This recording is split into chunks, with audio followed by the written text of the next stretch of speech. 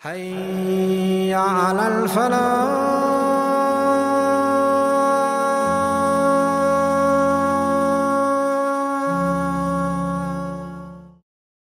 बिस्मिल्लाहि मिनश शैतानिर रजीम। बिस्मिल्लाहिर रहमानिर रहीम। लक़द नसरकुमुल्लाहु फ़ी मवातिन कसीरतिन व यौम हुनैन इज़ अअजबतकुम कसरतुकुम फ़लम तुग़नि अन्कुम शैअन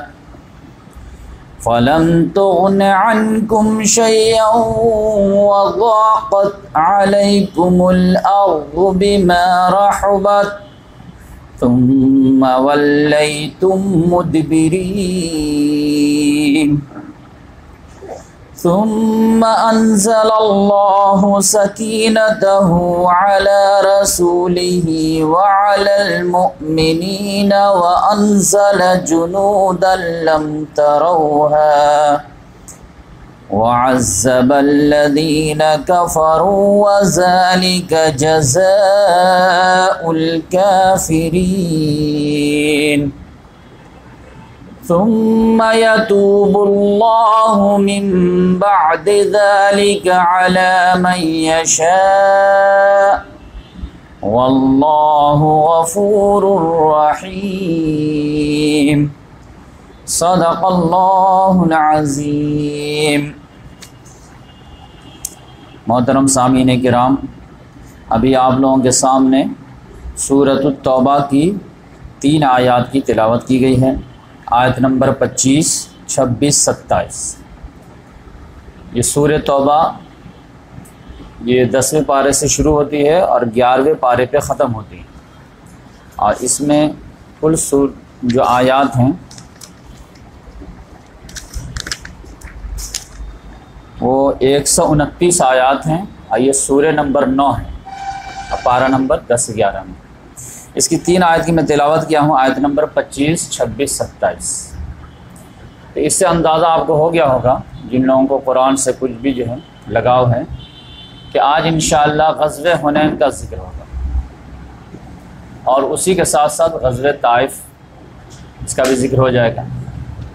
ये समझिए कि फ़तह मक्का के जो है ज़मीमे के तौर पर ये दोनों ग़ज़वा जो था, जो थोड़े से लोग बच गए थे, रेसिस्टेंस बाकी थी, तो मोहम्मद सल्लल्लाहु अलैहि वसल्लम ने सोचा कि एक ही सफ़र में इसको भी निपट दिया जाए, वरना ऐसा नहीं कोई चिंगारी छोड़ दिया जाए तो राग जो है शोला बन जाए बाद में। तो पिछले हफ्ते हम जो है आपके सामने फ़तह मक्का के जो है हालात तफसील से बयान किए थे कि मोहम्मद सल्लल्लाहु अलैहि वसल्लम 10 रमज़ानुल मुबारक को 10,000 का लश्कर लेकर के 8 हिजरी में रवाना हुए और 17 रमज़ानुल मुबारक तक जा कर के ये पूरा कैंपेन जो है कामयाब हुआ। और जो मोहम्मद सल्लल्लाहु अलैहि वसल्लम का 2 टारगेट था कि एक मक्का को आज़ाद भी कराना है, फ़तह भी करना है, और हत्तल इम्कान कोशिश हो कि ब्लडलेस विक्ट्री हो जाए ताकि खाने काबा की हुर्मत जो है को बट्टा ना लगे और जो उधर की अफरादी क़ुव्वत है वो कत्ल ना होने के बजाय हमारे काम आ जाए, ताकि आगे जो मुहिम है रोमन अम्पायर से टकराना और पर्शियन अम्पायर से टकराना, तो फिर वहाँ के लिए अफराद कहाँ से आएंगे? ये अरब काम आएंगे। तो इन अरब को कत्ल करने के बजाय इन अरब को चेंज कर दिया जाए। ये जो आज बातिल परस्त हैं इनको हक परस्त बना लिया जाए, कलमा पढ़वा दिया जाए। लिहाजा मोहम्मद सल्लल्लाहु अलैहि वसल्लम बहुत नागुज़ीर हद तक जहाँ पर जो है तलवार के बगैर काम ही नहीं था, तो वहाँ पर जो इस्तेमाल की, जैसे आप जानते हैं कि फ़तह मक्का में भी जो है 14 लोग की जानें गई, 2 मुसलमान की और 12 जो है ये काफिरों की। उसमें यही हुआ था कि मोहम्मद सल्लल्लाहु अलैहि वसल्लम जब खालिद बिन वलीद रज़ी अल्लाह ताला अन्हु को भेजे थे कि आप इधर से जाइए, तो उनको बोल दिए थे कि रास्ते में जो है फिर उनको काट डालने का। तो इकरमा बिन अबी जहल वगैरह जो है थोड़े से आए, तो खालिद बिन वलीद रज़ी अल्लाह ताला अन्हु की फ़ौज ने झटके ही में 12 लोगों को कत्ल कर, तो जिसकी वजह से वो लोग भाग गए वहाँ से कि भाई आज तो कोई के मुकाबला कर ही नहीं सकता। 2 मुसलमान जो शहीद हुए उसमें प्रॉब्लम ये था कि जो है आमिर ये कर्ज बिन जाविर फहरी और एक और उनके साथी थे, वो शहीद हो गए। उसकी वजह ये थी कि वो अपने काफिले से भटक गए, जिस गली से जाना था उस गली में ना जाने के बजाय दूसरी गली में निकल गए। तो वो जो है काफिरों के महल्ले में चले गए, तो उन लोगों ने पकड़ के उनको कत्ल कर दिया। बकिया जो है ऐसे सारे लोग सरेंडर किए। और आप जानते हैं कि फिर मोहम्मद सल्लल्लाहु अलैहि वसल्लम खाने काबा में भी गए हैं, वहाँ नमाज भी पढ़े हैं। फिर हज़रत बिलाल रज़ी अल्लाह ताला अन्हु जो है खाने काबा के छत पे जाकर के अज़ान दिए हैं। और फिर सारे लोगों से पूछे हैं कि अब बताओ मैं तुम्हारे साथ क्या करने वाला हूँ। तकरीबन जो है 13-8-21 साल का जो है तुम्हारे जो है हमारे ऊपर जुल्म ज़्यादती है। जब से मैं नबी बना हूँ तब से तुम लोग जो हमारे साथ अच्छा सलूक नहीं किए, न मक्का में किए न मक्का से निकालने के बाद किए। चढ़ दौड़ते थे, बदर में आ गए, वहद में आ गए, खंदक में आ गए। तो अब मुझे काबू मिला है तो मैं क्या करूँ? तुमको काबू थे, हम लोग कमज़ोर थे, तो तुम क्या करते थे तुमको मालूम है। तो अब मैं तो चाहूँ तो जो है बदला जो है एक एक से लूँ, लेकिन ये बताओ कि मैं तुम्हारे साथ क्या करने वाला हूँ। तो उन लोगों ने बहुत बेहतरीन जवाब दिया कि आप शरीफ भाई के शरीफ बेटे हैं, तो आपसे शराफती की उम्मीद की जा सकती है। तो मोहम्मद सल्लल्लाहु अलैहि वसल्लम ने हिस्टोरिकल जुमला रिपीट किया जो कभी यूसुफ अलैहिस्सलाम ने अपने ख़ताकार भाइयों के लिए किए थे कि ला तसरीब अलैकुमुल यौम फअंतुम तुलक़ा, जाओ आज पर तुम लोगों पे कोई गिरफ्त नहीं है, तुम सब आज़ाद, किसी से रिवेंज नहीं। लेकिन कुछ लोग जो थे जो बिल्कुल जो है हद को क्रॉस कर गए थे, तो उनसे मोहम्मद सल्लल्लाहु अलैहि वसल्लम ने कहा कि एक्सेप्शन प्रूव्स द रूल, हर मामले में एक्सेप्शन तो ज़रूर रहता है। तो रहीकुल मखतूम में जो है तमाम रिवायात वगैरह को जो समेटे उन्होंने, तो उसमें से तकरीबन 14 लोगों के बारे में मोहम्मद सल्लल्लाहु अलैहि वसल्लम ने कहा कि इनको कत्ल कर, बकिया सबको जो है। अब कैसे कैसे लोगों को वो छोड़ा गया है ये मैं पेश करूंगा, तो इससे खुद आपको अंदाज़ा हो जाएगा कि किनके बारे में कत्ल करने का लिए कहा गया, तो समझिए कैसा मुजरिम हो। वहशी बिन हर्ब को माफ़ कर दिए, हिंदा को माफ़ कर दिए, अबू सुफियान को माफ़ कर दिए। तब आप समझ जाइए कि उससे भी ज़्यादा बड़े जराइम होंगे तब तो नहीं माफ़ किए होंगे। तो एक हदीस मुझे मिली सुनन नसई में 4072 नंबर की हदीस, तो आप जो है इस्लाम 360 में आराम से चेक कर सकते।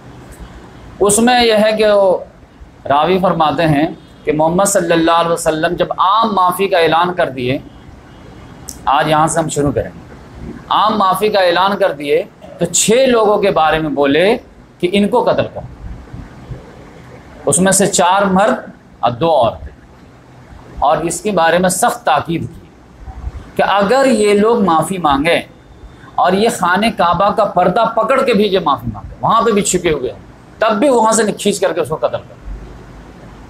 यानी मक्का तो खुद एक मुक़द्दस सिटी है, फिर हदूद हरम मुक़द्दस है, फिर खाने काबा, फिर खाने काबा का पर्दा, और उसको भी पकड़ करके माफ़ी मांगे तो उसको फिर भी मत छोड़ा, वहाँ से भी खींच लाना, कोई अमन नहीं आती तुम लोगों के। तो इसमें 4 लोगों के बारे में उस हदीस में डिटेल है, 2 लोग औरतों के बारे में डिटेल नहीं है। उसमें दूसरी रिवायत से पता चलता है कि एक की माफ़ी दे दी गई, एक को जो कत्ल कर दिया। तो 4 मर्द जो थे उसमें से 2 की जो है तौबा कबूल कर ली गई और 2 को जो कत्ल कर दिया। तो वो जो है 4 कौन थे? अब्दुल्ला बिन खतल, नंबर 2 इकरमा बिन अबी जहल, नंबर 3 अब्दुल्ला बिन साद बिन अबी सरह, और नंबर 4 मकीस बिन सुबाबा। तो अब्दुल्ला बिन खतल वाकई में खाने काबा के जो पर्दे में जाके छिप गया। तो सहाबा किराम में से जो है सईद बिन हुरैस रज़ी अल्लाह ताला अन्हु और अम्मार बिन यासिर रज़ी अल्लाह ताला ने देख लिया, एक साथ दोनों की निगाह पड़े, अरे यहाँ छिपा हुआ है, तलाशी रहे थे उनको, क्योंकि मोहम्मद सल्लल्लाहु अलैहि वसल्लम बोल दिए थे कि 4 मिले तो कत्ल कर दो। तो अब्दुल्ला बिन खतल दिखा कि वहाँ हैं, ये दोनों दौड़े। तो अम्मार बिन यासिर रज़ी अल्लाह ताला अन्हु थोड़े से जो है एज उनकी ज़्यादा थी, और ये जो थे सईद बिन हुरैस रज़ी अल्लाह, ये बिल्कुल ही जंग थे, तो ये छलांग लगा दिए, और छलांग लगा करके उसको कत्ल कर दी। तो बाजी वो ले करके गए। तब आप देख लीजिए कि जो मौका जो मुनासिबत डिमांड करेगा वो अमल करना असल अमल है। यहाँ पे अम्मार बिन यासिर से बाजी ले गए, सईद बिन हुरैस रज़ी अल्लाह, इन्हीं को शाबाशी दी जाएगी। तो अब्दुल्ला बिन खतल का चैप्टर क्लोज हो गया। दूसरा जो था मकीस बिन सुबाबा, वो जो है बाजार में छिपता फिर रहा था, कहीं जा रहा था, लोगों की निगाह पड़ गई, लोगों ने पकड़ करके उनको कत्ल कर दिया, सब लोगों ने मिल करके मॉब लिंचिंग कर दिया उसमें, तो वो दोनों ख़त्म हो गया।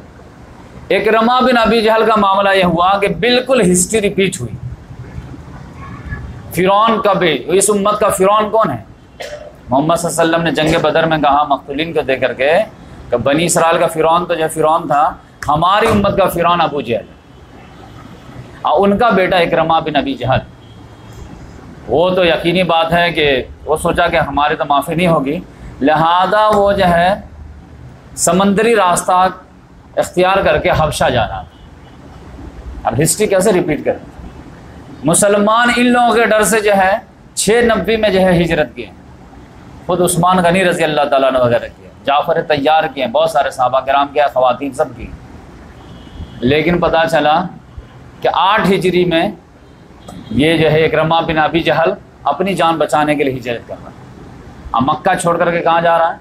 हबशा जा रहा है। तो वतिलकल अय्याम नुदाविलुहा बैनन्नास, अल्लाह ताला ने तो पहले कह दिया है ये अय्याम है जो हम लोगों के दरमियान घुमाते फिराते रहते हैं, कभी इसकी जो है फतह है, कभी किसी का।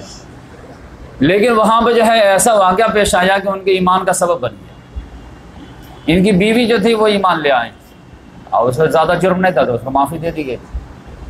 हुआ क्या कि जब समंदर बीच जो है कश्ती जो है बीच समंदर में पहुंची तो एक बहुत बड़ा तूफ़ान आ गया, बड़ी बड़ी मौजें उठने लगी पहाड़ों के बराबर। अब कश्ती जब अब डूबे तब डूबी, अब डूबी तब डूबी, तो सब लोग जो है अपने अपने देवी देवता को पुकारने लगे, लात मनात हुबुल उज़्ज़ा देवी जो भी हैं, दुर्गा माँ काली माँ, जैसे इंडिया में मुसीबत आती है तो करने लगते हैं, वैसे वो अपना लात मनात हुबुल उज़्ज़ा को पुकारने लगे। तो कश्ती वाले ने डांटा कि अखलिसू, अपने दीन को खालिस करो, लात मनात हुबुल उज़्ज़ा क्या पुकार रहे हो? का क्या मतलब? उसको नहीं पुकारो? का नहीं, सिर्फ अल्लाह को पुकारो तब काम चलेगा। क्या क्यों? कहा एक समंदर में जब बड़ी मौजा आती है ना तो फिर अल्लाह के अलावा ये छोटे छोटे काम नहीं आते, यहाँ पे बड़े जो है पौवा लगते। ये छोटे छोटे इशू में बेटा दे दो, बेटी दे दो, ये सब दे दो, इसके लिए लात मना चलते। ये बड़े है ना, जान के लाले पड़े ना, तो समंदर में जब मौजा गिरती है तो दीन को खालिस करना पड़ता है। इकरमा बिन अबी जहल सब सुन रहे थे और बार बार जो है जो कश्ती वाला था वो कह रहा था कि देखो कोई जो है देवी देवता को नहीं पुकारा, सब अल्लाहुम्मा अल्लाहुम्मा करो, दीन को खालिस करो। उसने कहा कि ये क्या बात है? तब तो मैटर यह है कि अगर ये हमारे देवी देवता अगर समंदर में काम नहीं आ सकते तो फिर खुश्की पे भी काम नहीं आ सकते। और यही बात तो मोहम्मद सल्लल्लाहु अलैहि वसल्लम जो है 18-20 साल से हमको समझा रहे हैं कि भाई इन देवी देवता में कुछ नहीं है, एक अल्लाह को माने, उनका जुर्म क्या है? खामखा हम लोग जो उनके अपोज कर रहे हैं। तब उन्होंने अल्लाह ताला से दिल में वादा किया कि अल्लाह ताला अगर इस मुसीबत से आपने अगर निजात दे दी, अगर हम बच गए इस मौज से, तो हम आपके नबी के कदमों में चले जाएंगे और उनके हाथ में अपना हाथ दे देंगे। बस क्लियर हो गई, एक चांस आपको। तो अल्लाह ताला ने एक चांस दे दिया। जैसे वो कश्ती जो है वहाँ पहुँची है, फिर वहीं से बैक टू पवेलियन आए हैं। अब मेरे हिसाब से बीवी से जो है जाके बोले होंगे छुप करके कि जाओ मेरे लिए एडवांस में जो है कोई अमान लेकर के आ जाओ। तो बीवी आई है मोहम्मद सल्लल्लाहु अलैहि वसल्लम के पास और वो अमान लेकर के इकरमा बिन अबी जहल को मोहम्मद सल्लल्लाहु अलैहि वसल्लम ने माफ़ कर दिया। तो इस तरह से जो है उनके ईमान लाने का सबब बन गया। लेकिन ये इकरमा बिन अबी जहल जो है, आप समझिए कि किस स्टाइल से ईमान लाए, लेकिन ये बिल्कुल ट्रू सहाबी साबित हुए। लेकिन फिर वहाँ से जो इन्होंने अपना तेवर दिखाया है तो लगा कि हाँ सरदार का बेटा सरदार है। फिर किसी जंग में पिछली सफ में नज़र नहीं आते, यहाँ तक कि जंग यरमूक में जाके शहीद हो गए। 4 जो जंग यरमूक में हज़ार सहाबा के बराबर होते थे, तो उनमें से एक ये भी थे, अबू उबैदा बिन जर्राह, खालिद बिन वलीद और ये इकरमा बिन अबी जहल। ये सब हज़ार के बराबर माने जाते थे। इन्होंने अपना जो जंग यमामा वगैरह में भी कारनामा दिखाया। लिहाजा आप देखिए कि इस स्टाइल में भी ईमान लाने के बाद अगर उन्होंने बाद में अच्छा साबित किया तो हम तो दिल में जो है करोड़ों मुसलमान से अच्छा मानते हैं, बल्कि पूरी उम्मत के ईमान एक तरफ रख दी जाए और उनको एक तरफ रख दी जाए तो हम कहेंगे यही बेहतर। लेकिन ईमान लाने के बाद अच्छा कारनामा तो होने चाहिए ना। मोहम्मद सल्लल्लाहु अलैहि वसल्लम को एक झलक देख लेने से तो कोई जो है चिप तो नहीं लग जाएगा ना तकवा का। फतेह मक्का से पहले जो ईमान लाए हैं उनके बारे में हम जो बहुत ज़्यादा चेक नहीं करेंगे। उनका ईमान का टेस्ट हो गया, बदर में, वहद में, खंदक में, सुलह हुदैबिया में टेस्ट हो गया, पास है। अब उनके बाद में थोड़ी लग्जिश भी हो जाएगी तो हम जो है इग्नोर करेंगे। ये असल ट्रू साहबी है। जैसे हातिम बिन अबी बल्ता रजी अल्लाह ताला अन्हु, कितनी बड़ी मिस्टेक, जासूसी जो है राज फाश कर दिए, लेकिन बदर में टेस्ट में पास हो चुके थे। उन्होंने कहा या रसूल मुझसे गलती हो गई, हम भी दिल से मानते हैं, कोई मसला नहीं, इंसान है, गलती हो सकती है। लेकिन फतेह मक्का के मौके पे माफ़ी मांग के जो ईमान लाए, अब माफ़ी मांगने के बाद भी अगर जो है सहाबी होने के बावजूद सहाबा वाले कारनामे अंजाम नहीं देंगे तो फिर यकीनी बात है कि हम जो है उनको उस तरह डील नहीं करेंगे। जिनके रुतबे हैं सिवा, उनके सिवा मुश्किल। अच्छे हैं तो अब अच्छा अखलाक दिखाइए, अच्छे हैं तो अच्छा किरदार दिखाइए, जैसे इकरमा बिन अबी जहल ने दिखा। चौथे जो हैं अब्दुल्ला बिन साद बिन अबी सरा रज़ी, इनका मामला क्या हुआ, ये आकर के छिप गए किनके पास, उस्मान गनी रज़ी अल्लाह ताला। ये आप हदीस में चेक कर ले, बड़ी सी हदीस है, आराम से पूरे जो है, इंग्लिश में भी है, उर्दू में भी है, अरबी में। 4072, जबकि उनको छिपाना नहीं चाहिए था। मोहम्मद सल्लल्लाहु अलैहि वसल्लम का ऑर्डर क्या था कि खाने काबा के पर्दे में भी छिपे होना तो खींच करके कत्ल करते, लेकिन ये जो है रिश्तेदार थे, इनके पास चले गए, उन्होंने अमान दे दिया। जबकि होना चाहिए उसी वक्त तलवार से कत्ल कर देना चाहिए। मोहम्मद सल्लल्लाहु अलैहि वसल्लम का ऑर्डर था। अब मोहम्मद सल्लल्लाहु अलैहि वसल्लम का ऑर्डर के सामने रिश्तेदारी कोई चीज़ नहीं, लेकिन उन्होंने छिपा लिया। जब फतेह मक्का के दिन जो है मामला क्लियर हो गया तो एक दिन वो छिपे रहे उनके पास। कल हो करके जब मामला, जब बैत लेने का मामला आया, जो अभी मैं बताऊंगा कि कल हो करके नेक्स्ट डे मोहम्मद सल्लल्लाहु अलैहि वसल्लम जो है एक खुतबा दिए छोटा सा, और उसके बाद लोगों से, यानी जिन लोगों को माफ़ी दे दिए थे उनमें से कुछ लोग चाहे कि हमें ईमान कबूल कर लेते हैं, और कुछ लोग अपने कुफ्र पड़े रहे, तो जिनको ईमान कबूल करना था आओ बैत कर लो।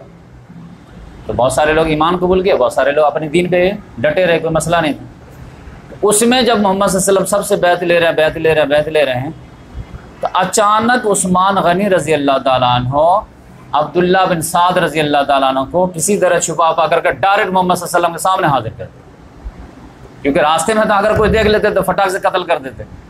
खास हज़रत उमर रज़ी अल्लाह ताला नज़र पड़ जाती तो बख्शे ही नहीं जाते, लेकिन इन्होंने जो है कपड़ा उपड़ा डाल उल करके किसी तरह से जो है डायरेक्ट मोहम्मद सल्लल्लाहु अलैहि वसल्लम सामने खड़ा कर दिया। मोहम्मद सल्लल्लाहु अलैहि वसल्लम ऊंचाई पे बैठे हुए थे, तो अब इनको बोले होंगे कि बैत के लिए हाथ बढ़ाओ, तो हाथ बढ़ाए होंगे।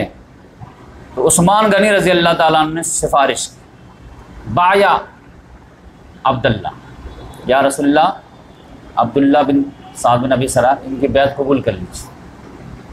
मोहम्मद सल्लल्लाहु अलैहि वसल्लम देखे, गौर से देखे पूरा अब्दुल्ला बिन साद बिन अबी सरा, मुँह से तो कुछ नहीं बोले लेकिन सर हिलाए नहीं, तो कबूल नहीं कर। फिर सर नीचे कर लिए, फिर उन्होंने कहा दोबारा बाया अब्दुल्ला या रसूल। फिर मोहम्मद सल्लल्लाहु अलैहि वसल्लम देखे, फिर गौर किए, बोले नहीं कर। फिर सर नीचे कर लिए, फिर उन्होंने कहा बाया या रसूल, इसकी बैत कबूल कर ली। मोहम्मद सल्लल्लाहु अलैहि वसल्लम फिर देखे, फिर गौर किए, फिर सर हिलाए नहीं, मुँह से कुछ नहीं बोले, नहीं कर। फिर चौथे मरतबा उन्होंने या रसूलल्लाह बाया आप करें, इनकी बैत कबूल। फिर मोहम्मद सल्लल्लाहु अलैहि वसल्लम का ठीक है जाओ,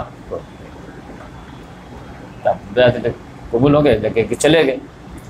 जब वो वहाँ से खसके हैं, लेके गए हैं, मोहम्मद सल्लल्लाहु अलैहि वसल्लम का चेहरा बदल गया। और मोहम्मद सल्लल्लाहु अलैहि वसल्लम ऐसा जुमला बोले कि अलैसा फीकुम रजुलुर रशीद, तुम में से कोई भी शरीफ आदमी ऐसा नहीं था कि जब देखा कि मैं 3 मरतबा उसको इग्नोर किया हूँ, मना किया हूँ, तो कोई आदमी बंदा खड़ा होता उसको कत्ल कर देता। इतनी भी समझदारी तुम लोगों ने थी, एक भी बंदा ऐसा नहीं था। बहुत गुस्सा है। सहाबा किराम तो क्या बोलते, बोले या रसूलल्लाह, अब आपके और उस्मान गनी रज़ी से बात चल रही थी, तब हम लोग कैसे जो बीच में आकर के एक्शन ले लेते हैं। आप जरा से भी इशारा कर दिए होते ना आंखों से, तो हम तो इनकी बूटी बूटी कर देते। मोहम्मद सल्लल्लाहु अलैहि वसल्लम ने फरमाया ला यंबग़ी लिनबिय्यिन अन यकून लहू खायतुल आइन, नबी के शायान शान ये अखलाक नहीं है कि वो आंखों से इशारा करके किसी को मारवा।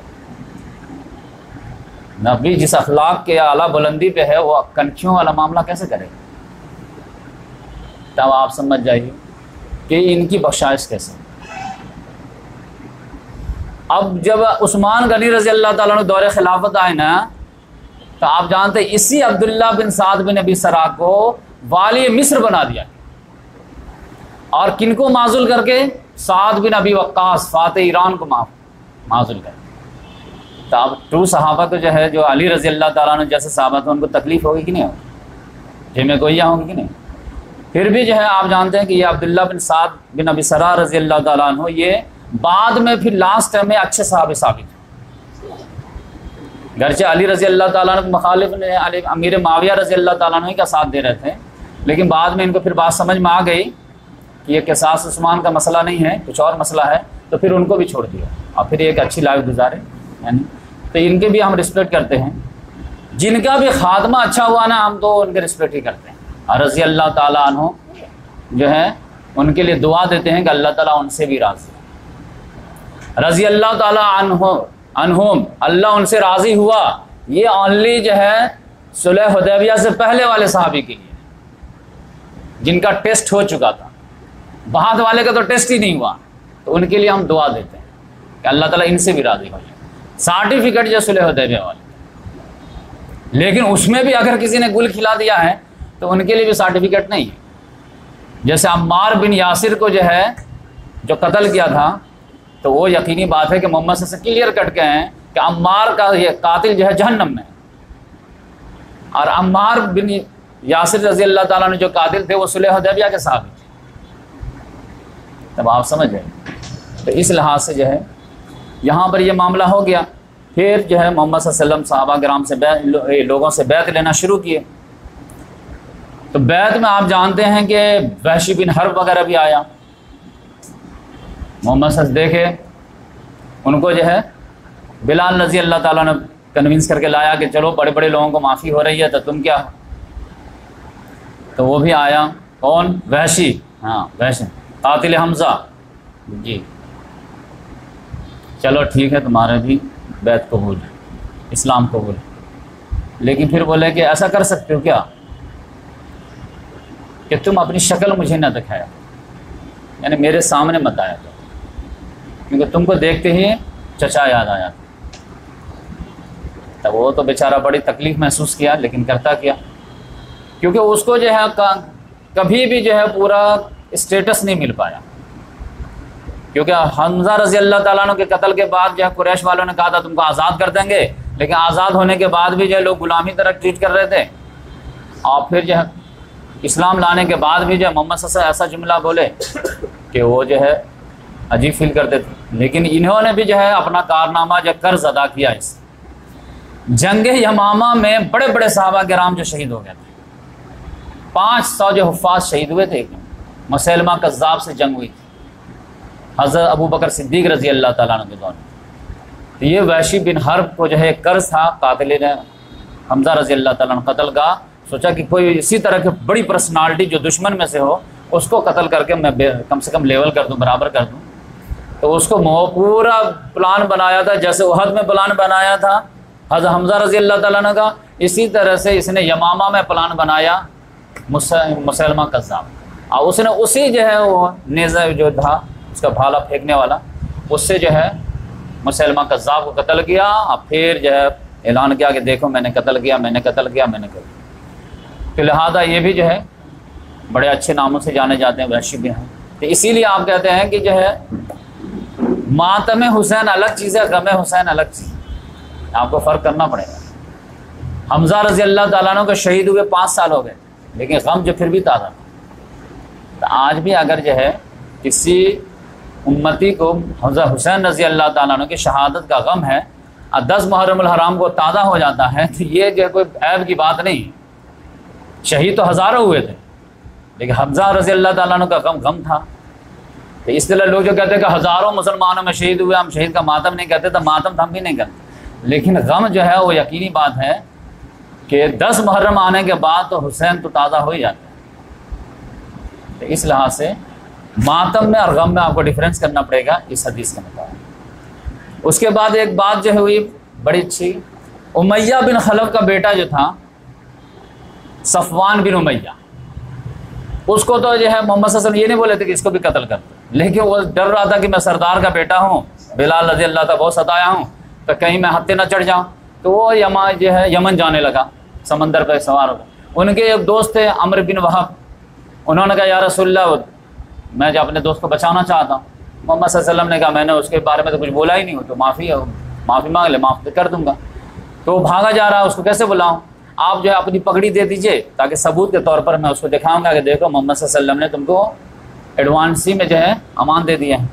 मोहम्मद सल्लल्लाहु अलैहि वसल्लम जब मक्के में एंट्री लिए ना तो काली पगड़ी लगाई हुई, तो पगड़ी लगाने में सुन्नत। तो वो जैसे ही जब पहुँचे जद्दा या समझिए कि वहाँ पे बंदरगाह पे, तो वो कश्ती पे सवार हो रहा था, जान बचाने के लिए यमन जा रहा था। उसके दोस्त ने आवाज़ दिया सफ़वान रुको रुको। कहा नहीं, मैं क्या रुको 1 मिनट। तो रुका, क्या बात? कहा तुमको अमान है, तुमको कोई कुछ नहीं करेगा। कहा क्या सबूत है, कहीं मुझे धोखा दे करके ले जाओ फिर कत्ल कर दो। तो कहा नहीं, देखो ये पगड़ी है मोहम्मद सल्लल्लाहु अलैहि वसल्लम, तो पहले ही से अमान है, तुमको कोई टेंशन। तब वो आया मोहम्मद सल्लल्लाहु अलैहि वसल्लम के पास। आने के बाद कहा कि देखिए मुझे 2 महीना सोचने का टाइम दीजिए, 2 महीना मैं सोच के बताऊँगा, मैं जब तक मैं काफ़ी नहीं रहूँगा, अपने दीन पर रहूँगा। मोहम्मद सल्लल्लाहु अलैहि वसल्लम ने कहा कि तुमको 4 महीने का टाइम, चलो 2 महीना 4 महीना सोचो, कोई बात नहीं। लेकिन बाद में सोचने के बाद जो है वो मुसलमान हो। तो इस तरह से जो है बड़े बड़े जो थे उनके ईमान लाने का मैं वाक़या बताया।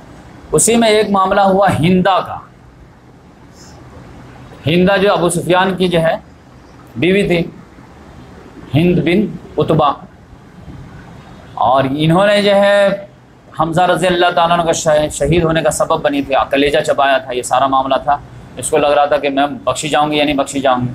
तो इसने भी जो है सर और ढांक उक करके एकदम जो है बिल्कुल आ गई औरतों की मजमे में। मोहम्मद सल्लल्लाहु अलैहि वसल्लम जब मर्द हजरात से जब फारिग हुए, मोहम्मद सल्लल्लाहु अलैहि वसल्लम जो है सफ़ा पे चढ़े हुए थे ऊपर, और उमर रज़ी अल्लाह ताला उनके नीचे बैठे हुए थे, और फिर जो है बैत ले रहे थे, और औरतें और नीचे थीं। तो आप जैसे एक कपड़ा है पकड़ा दिए और पकड़ा लेकर करके बैत ले रहे हैं, तो मोहम्मद सल्लल्लाहु अलैहि वसल्लम ज़ोर से बोलते थे तो उमर रज़ी अल्लाह ताला सुनते थे, और उमर रज़ी अल्लाह ताला ने बोलते थे तो फिर औरतें रिस्पांस देती थी। तो इस तरह से जो बैत ली जा रही थी, तो बैत करो कि अल्लाह ताला के साथ किसी को शरीक नहीं करो। तो फिर उमर रज़ी अल्लाह ताला ने उसको रिपीट करते थे कि बोलो कि अल्लाह ताला के साथ किसी को शरीक नहीं करोगे। तो सारी औरतें बोलती थी कि अल्लाह ताला के साथ हम वादा करते हैं किसी को शरीक नहीं करेंगे। ये भी वादा करो कि तुम लोग चोरी नहीं करो। तो फिर उमर रज़ी अल्लाह ताला ने कहा कि बोलो तुम लोग के हम लोग आज से चोरी नहीं करेंगे। तो उसी में से हिंदा बोल पड़ी, अभी तो अंदर जो है निकाह में ढकी हुई थी। अबू सुफियान बखील आदमी है, तो अबू सुफियान में बैठा हुआ था। उसने कहा अरे तुम लेना चाहो तो ले सकती हो, बात क्यों ओपन कर रहे हैं आप। मोहम्मद समझ गया, अच्छा हुई हिंदा का, या रसूलल्लाह माफ़ कीजिए। अच्छा चलो माफ़। तो बात जो है खुल गई कि हिंदा है। तो अब ये सरदार की बीवी, सरदार की बेटी, तो तेवर तो दिखाएगी अपना। फिर मोहम्मद सल्लल्लाहु अलैहि वसल्लम ने कहा कि तुम लोग वादा करो ज़िना नहीं करो। तो उमर रज़ी अल्लाह ताला जैसे कहा कि वादा करो कि ज़िना नहीं करो, तो हिंदा बोल पड़ी क्या हुर्रा यानी आज़ाद औरत भी ज़िना करती है क्या? तो कहा नहीं करती, फिर भी तुम वादा करो नहीं करो। तो वादा किए। फिर उसके बाद एक बात जो मोहम्मद सल्लल्लाहु अलैहि वसल्लम बोले कि वादा करो अपने औलाद को नाहक कत्ल नहीं करो।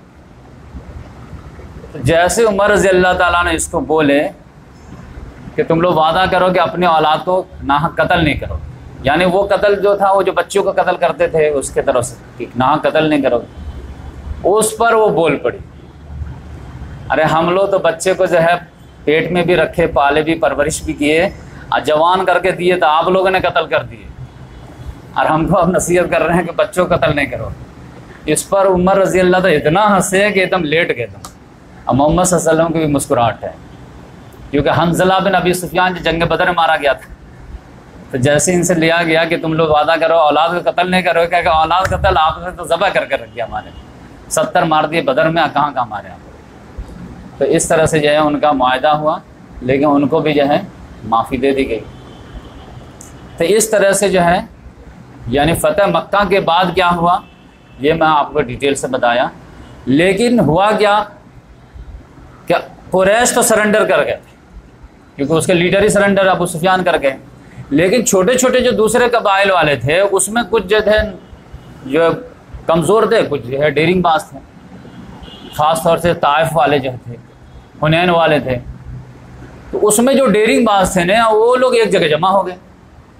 अब बोले कि ये देखो ये जो है मोहम्मद सल्लल्लाहु अलैहि वसल्लम का अचानक प्लानिंग हो गई थी, अचानक 10,000 का लश्कर ला करके धमकदा दिया, हमारे लीडर को कैप्चर कर लिए और उसके ज़रिए से बयान दिलवा दिए, तो हम कुछ कर ही नहीं पाए, लिहाजा हम तो नहीं सरेंडर करेंगे, हम मर जाएंगे या मार देंगे, लेकिन हम तो नहीं, हम लड़ेंगे। तो इस तरह के माइंड के जितने लोग थे वो सब जो है मक्का छोड़ के भाग गए। अब कहाँ चले गए? चले गए ताइफ। अब ताइफ से प्लानिंग बना करके उन्होंने कहा कि नहीं हम तो लड़के मरेंगे या मारेंगे, हम हथियार नहीं डालेंगे। तो अब एक मिशन में तो मोहम्मद सल्लल्लाहु अलैहि वसल्लम कामयाब हो गए, लेकिन दूसरा मिशन जो है एक मुसीबत आ गई। मोहम्मद सल्लल्लाहु अलैहि वसल्लम जैसे इस तमाम चीज़ों से फारिग हुए कि पता चला कि नहीं अभी तो पूरे पॉकेट ख़त्म नहीं हुए हैं। कुछ जो है डेरिंग बाज जो कुरैश के लड़के हैं वो एक जगह जमा हो गए हैं, और ख़ास तौर से कबीला हवाज़िन और कबीला सकीफ़, ये दोनों जो है बिल्कुल जो है इन बल्क तैयार हो गए। अब फिर छोटे छोटे कबीला भी उनको साथ देने के लिए तैयार है, मुज़र कबीला, बनु बकर कबीला वगैरह, ये सब जो हैं।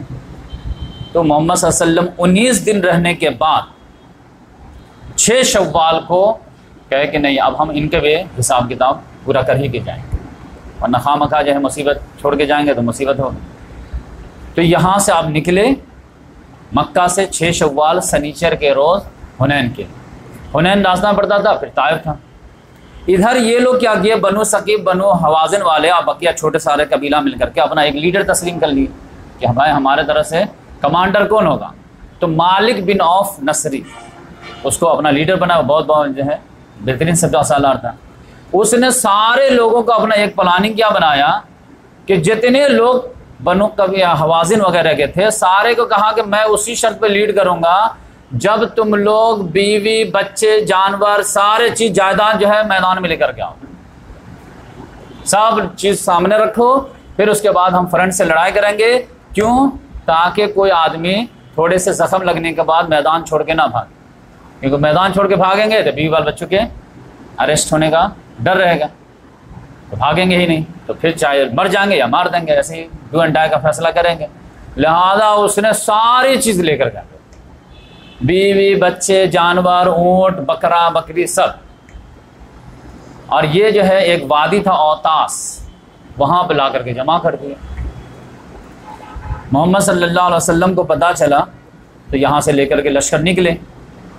तो अब जो है लश्कर था 12,000 का, 10,000 तो मदीना से लेके निकले थे और 2,000 जो है जो नए मुस्लिम हुए थे मक्का में, फतह मक्का के बाद, तो वो भी शामिल हो गए। या रसूल हम भी, जैसे अबू सुफियान वगैरह जो है ये लोग यहाँ भी माना कि हम भी चलेंगे, कहा चलो। तो अब ये 12,000 का लश्कर अब 2 कबीला को डिफीट देना है। अब मैन कबीला जो है, यानी अगर आप अमेरिका को हरा दिए हों तो उसके बाद जो है भूटान बोले कि मैं अब लड़ूंगा, तो आप क्या ये क्या चीज़, तो इसको तो जो है 10 आदमी जाकर डिफीट दे देगा। तो उस तरह से जो है 12,000 का लश्कर और 2 कबीले वो भी मैदान में जब बीवा बच्चों के लेकर के आ गए हैं। तो अब सहाबा किराम में से जो है जो जंग से पहले के जो अंदाज हुआ करते थे वो अंदाज बदल गए। जंग बदर में अंदाज क्या होते थे कि चल भी रहे हैं, दुआएं भी कर रहे हैं, अल्लाह ताला से लौ लगा रहे हैं, अल्लाह ताला मदद फतह की मदद मांग रहे हैं, नुसरत की मदद मांग रहे हैं, और पूरा जो है आँख जो है दुश्मन की तरफ, दिल जो है खुदा की तरफ, अल्लाह ताला तू जो करेगा वही होगा, तू जो करेगा वही होगा। लेकिन अब जब जा रहे हैं हुनैन को जो है सबक सिखाने के लिए, तो अल्लाह ताला की तरफ से बेनियाजी। अब क्या है, अब हमसे कौन टकराएगा। 313 थे तो लरसता था ज़माना, अब तो हम करोड़ों हैं।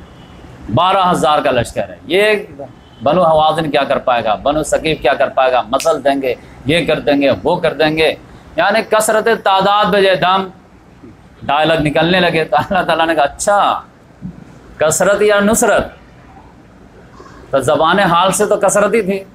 लिहाजा अल्लाह ताला ने कहा देखो फिर दिखाते हैं हम, क्योंकि उम्मत मुसलमा की तराजू जो तुलेगी ना वो कसरत तादाद पर नहीं बल्कि नुसरत खुदा होती।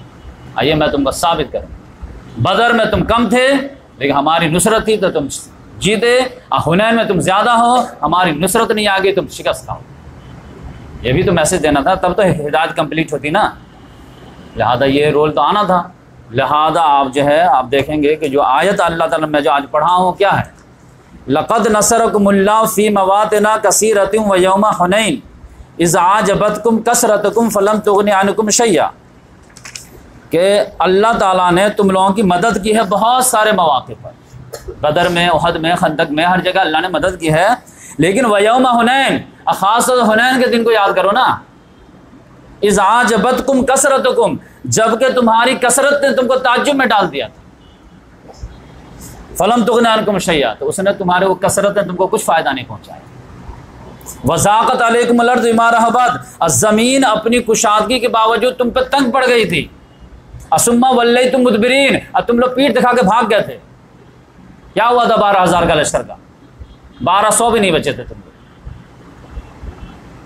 सब भाग गए। क्यों? हमारी नुसरत नहीं थी। सुम्मा अनज़लल्लाहु सकीनतहु अला रसूलिही व अलल मोमिनीन, फिर अल्लाह ताला ने सकीनत नाजिल की अपने रसूल पर और मोमिनीन पर, टिके हुए मोमिनीन पर जो वहाँ पर टिके थे। अवाल वंज़ल जुनूदन लम तरौहा, और फिर अल्लाह ताला ने अपनी फ़ौज उतारी जिसको तुम देख नहीं पाए, यानी फरिश्ते उतारे। वाज़बल्लज़ीना कफ़रू, और फिर अल्लाह ताला ने काफिरों का अज़ाब दिया। वज़ालिका जज़ाउल काफ़िरीन। असुम्मा यतूबुल्लाहु मिन बाद ज़ालिक, फिर अल्लाह ताला तुम लोगों की भी तौबा को माफ़ कर कबूल कर लिया, तुम लोगों की ख़ता माफ़ कर दिया। लेकिन अल्लाह ताला ने एक जो है दिखा तो दिया कि उम्मत मुस्लिमा के जो है जीत हार किस चीज़ से वाबस्ता है, कसरत से या नुसरत से। आज भी यही है, कश्मीर के लिए उम्मत खड़ी नहीं हो रही है क्योंकि कसरत है। और अफगानिस्तान अमेरिका को हरा दिया, 48 मुल्क को हरा दिया, किस वजह से? कसरत से या नुसरत से। जिसको जेलों में डाले हुए थे उनको गले लगा रहे हैं आज सबकी बोलती बंद है। डोनाल्ड ट्रंप भी ट्वीट करना भी भूल गया, अब उसका ट्वीट भी नहीं आ रहा। 20 साल की जंग के बाद ये मामला, अब भी उम्मत की आंख नहीं खुल रही, तो कब खुलेगी? आप देख लीजिए, बड़े बड़े ममालिक तबाह हो जा रहे हैं इस्लाम के, लेकिन एक छोटी सी फौज है अगर खुदा के नाम पर खड़ी हो जाती है तो अल्लाह ताला की मदद आती कि नहीं आती? अल्लाह ताला हर दौर में मदद करता है। आंखें होनी चाहिए देखने वाली। तो ये तो कोई अंधा भी आज के दौर में अगर जो है इंटरनेशनल लेवल पर कुछ भी जानकारी रखता होगा तो देख सकता है कि दुनिया में क्या चल रहा है। ये साइंस से टेक्नोलॉजी की मौत हुई है, ईमान की जीत हुई है। अफगानिस्तान और अमेरिका के हार जीत को मैं सिर्फ एक नाम दे रहा हूँ, टेक्नोलॉजी की मौत हुई है, ईमान की जीत हुई है। ये असलहे की लड़ाई नहीं थी ना अफराद की लड़ाई थी, ये टेक्नोलॉजी वर्सेस जो है भरोसा तवक्कल अल्लाह की लड़ाई थी। दुनिया को है फिर मार के रूह बदन पेश, तहजीब ने अपने दरिंदों को भारा, अल्लाह को है पामर्द मोमिन पे भरोसा, इबलीस की यूरोप को मशीनों का सहारा। ये तो अल्लामा इकबाल पहले ही बोल के चले गए कि ईमान और जो है मशीनों की लड़ाई होगी और मशीन डिफीट खा गई। तो इस लिहाज से जो है हुनैन में क्या हुआ, ये बेनियाजी कुरान में आ गई है। जब ये लोग गए हैं तो ये क्या किया, मालिक बिन औफ जो था ना, ये औतास कबीले से पहले ही छोड़ छाड़ करके क्या किया, हुनैन की वादी में आ गया। अब नैरो वादी थी और वहाँ पर जंगल में हर जगह जो है पहाड़ों के खाई में अपने तीर अंदाज को जो है छोड़, और ये लोगों को तीर अंदाजी में एक्सपर्ट थे ये लोग, और इनको उसी पे भरोसा भी था कि तीर अंदाज़ें हमको आती हैं, हम इनको हालत ख़राब कर देंगे। मोहम्मद सल्लल्लाहु अलैहि वसल्लम रात में हुनैन में उतरे हैं और वहाँ पे जो है जैसे उतरे हैं तो फजर के टाइम पर रीऑर्गेनाइज़ किए हैं और फिर बोले हैं कि अब ये वादी को क्रॉस करके आगे जाना है। जैसे ही ये अभी मूव हुई है कि जंग हुई है तो पहले मरहले में तो हुनैन वाले थोड़े से ज़ख़म खाए, लेकिन ये लोग जैसे ही जो माल गनीमत समेटने लगे हैं कि उसके तीर अंदाज टूट पड़े। तो ऐसे टूट पड़े हैं कि कहा जाता है कि टड्डी दल जैसे होता है ना, कि ऐसे तीर आना शुरू हो गए, यहाँ तक कि सारे लोगों के पाँव खड़ गए, जिसको जिधर मुँह समाया उधर निकल। यहाँ तक कि जब लोगों को भागने की कैफियत देखे ना, तो अबू सुफियान जो है उसके मुँह से क्या निकला मालूम है? उसने कहा कि आज तो ये लोग जद्दा से पहले नहीं रुकेंगे, यानी बहरे अहमर, वहाँ से पहले आज रुकने वाले नहीं, ये लोग ऐसे भाग रहे हैं आज। और एक ने तो कहा कि आज जादू बातिल हो गया। आज तक तो हम समझते थे कि खुदाई मदद है, खुदाई मदद, आज क्या मदद है, ये जादू था, आज काम नहीं कर रहा। फिर वहां पर मोहम्मद सल्लल्लाहु अलैहि वसल्लम जो है कहेंगे नहीं, सब भाग जाएंगे, मैं पीठ दिखाने वाला बंदा नहीं हूँ। बार बार बोले मैं अब मोहम्मद बिन अब्दुल्ला हूँ, जैसे वो बोला कि जादू बातिल हो गया, नहीं, अनन नबी ला कज़िब, मैं नबी बरहक, उसमें झूठ नहीं है, आना अब्दुल मुत्तलिब, मैं मुत्तलिब का बेटा हूँ। तब मैं मैदान छोड़ूंगा तब तो हमारी हार होगी ना, अभी लीडर टिका हुआ है। और जो है अपने जो है खच्चर को एड़ लगा रहे थे, लेकिन इनके दो लोगों ने खच्चर को रोक लिया। अबू सुफियान बिन हर्ब ये जो था, जो उनका चचेरा भाई था हर्ष, और जो है अब्बास रज़ी अल्लाह। अब मोहम्मद सल्लल्लाहु अलैहि वसल्लम पूरे ये थे कि नहीं, मैं उसके घुस जाऊंगा उसके अंदर जो उसकी फ़ौज है, लेकिन इन दोनों ने रोक लिया कि नहीं या रसूलुल्लाह। अब दोनों ने लगाम पकड़ लिया। तो फिर बोले तो अब्बास तब आवाज़ लगाओ, उनकी आवाज़ बुलंद थी। तब उन्होंने आवाज़ या इलैया इबादल्लाह, या असहाब शजर, या असहाब बदर, कहाँ हो तुम लोग, इधर आओ। जब मोहम्मद सल्लल्लाहु अलैहि वसल्लम मैदान में है तो तुम क्यों भाग लो। जिसको जहाँ आवाज़ कान में पहुँची है वहाँ से यू टर्न लिए। और अगर जो है ऊँट ने जो है अगर जो है मुड़ने के लिए तैयार नहीं हुए तो लोगों ने कूद करके जो है वापस आए हैं। और जब 100-150 के करीब लोग आ गए हैं, सिर्फ 35 लोग रह गए थे। 12,000 में से 35 लोग, यहाँ पर मोहम्मद सल्लल्लाहु अलैहि वसल्लम की शुजाअत सामने आएगी। वरना आप तो कहते कि ठीक है कमांडर थे तो अच्छे थे, लेकिन बहादुर थे, ये कहाँ साबित हुआ। बदर में थे तो ऊपर चोटी पे थे, उहद में थे तो ऊपर चोटी में थे। लेकिन यहाँ पे पता चला कि जब अच्छे अच्छे के पाँव उखड़ गए, मोहम्मद से वहाँ भी नहीं, अनन नबी ला कज़ी अना अब्दुल मुत्तलिब, मैं तो नहीं हिलूँगा। तो जब 100-150 आ गए हैं, अब फिर जब जो है अब मुकाबला हुआ है, अब घमसान का रन पड़ा है, तब मोहम्मद सल्लल्लाहु अलैहि वसल्लम ने कहा हाँ अब जो है मामला अपने जगह पर आया। और फिर मोहम्मद सल्लल्लाहु अलैहि वसल्लम ने एक मुट्ठी जो मट्टी लिए हैं और कंकड़ी वाली मिट्टी थी, और इसको एक फेंके। आप बोले शाहतिल वजूह, चेहरे बिगड़ जाएं।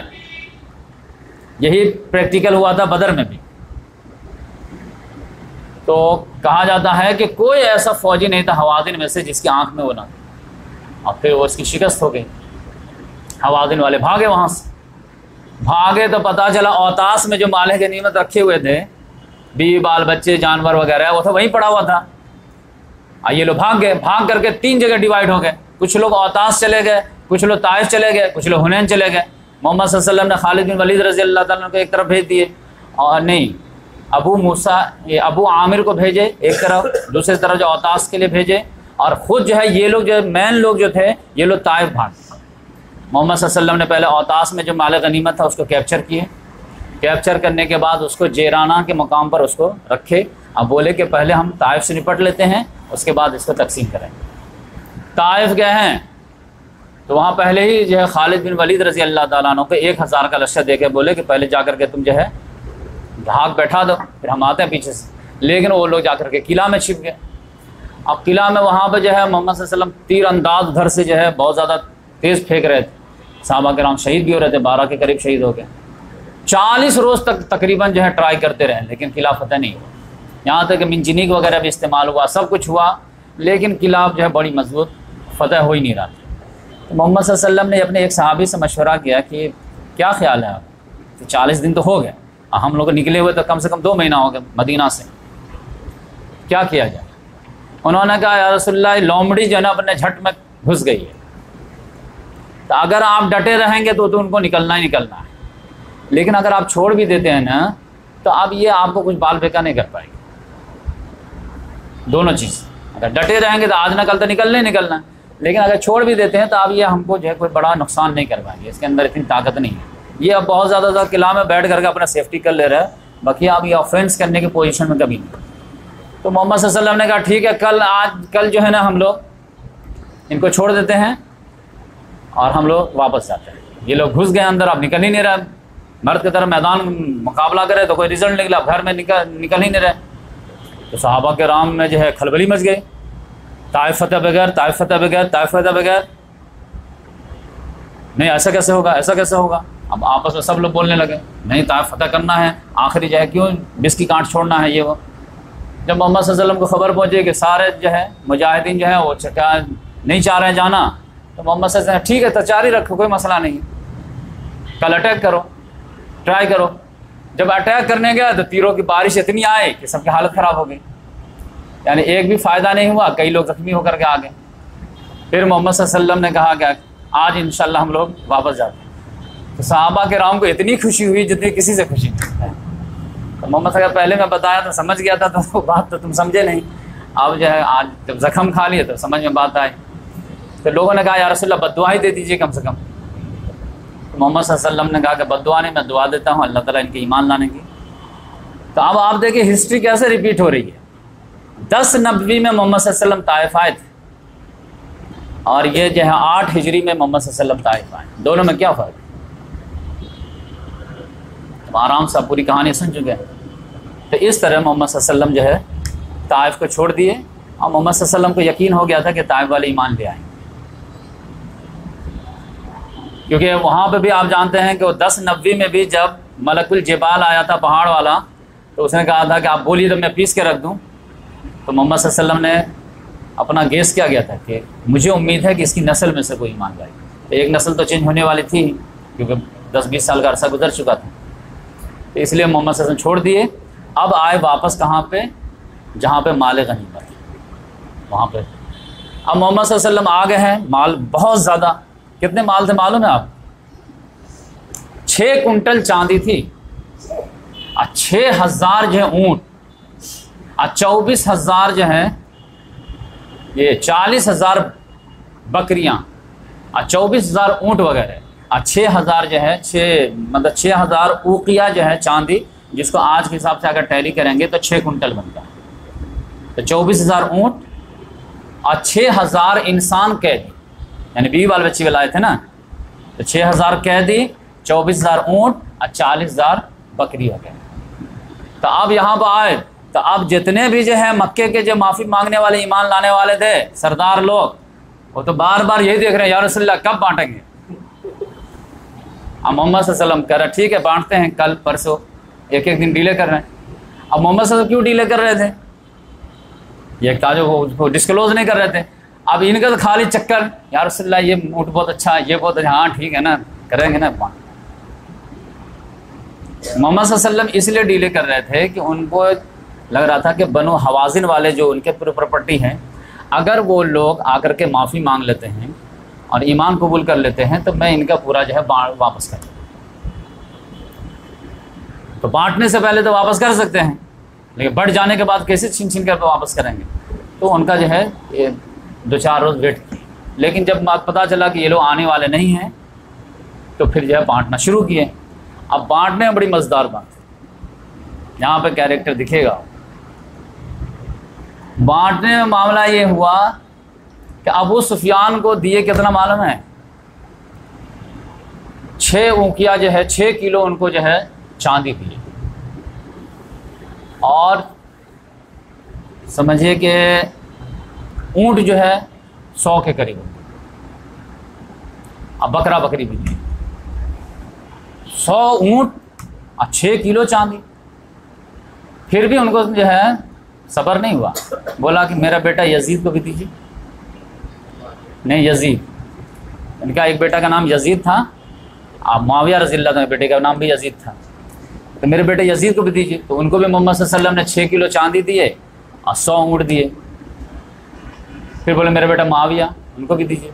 कह लो 6 किलो उसको भी लो और उसको भी 100 ऊँट, यानी 300 ऊँट उसको हो गए और 18 किलो चांदी। फिर हकीम बिन हिज़ाम आए, उनको भी जो 100 ऊँट दिए, बोले यार सा और दीजिए, 100 ऊँट और ले जाए। फिर दूसरे लोग आए, उनको भी जो है जितने भी बड़े बड़े सरदार थे, किसी को 50 ऊँट, किसी को 100 ऊँट, किसी जैसे ना जो लेवल देते चले गए। यहाँ तक के बद्दू लोग मोहम्मद सल्लल्लाहु अलैहि वसल्लम पे टूट पड़े, धक्का मुक्की होने लगे।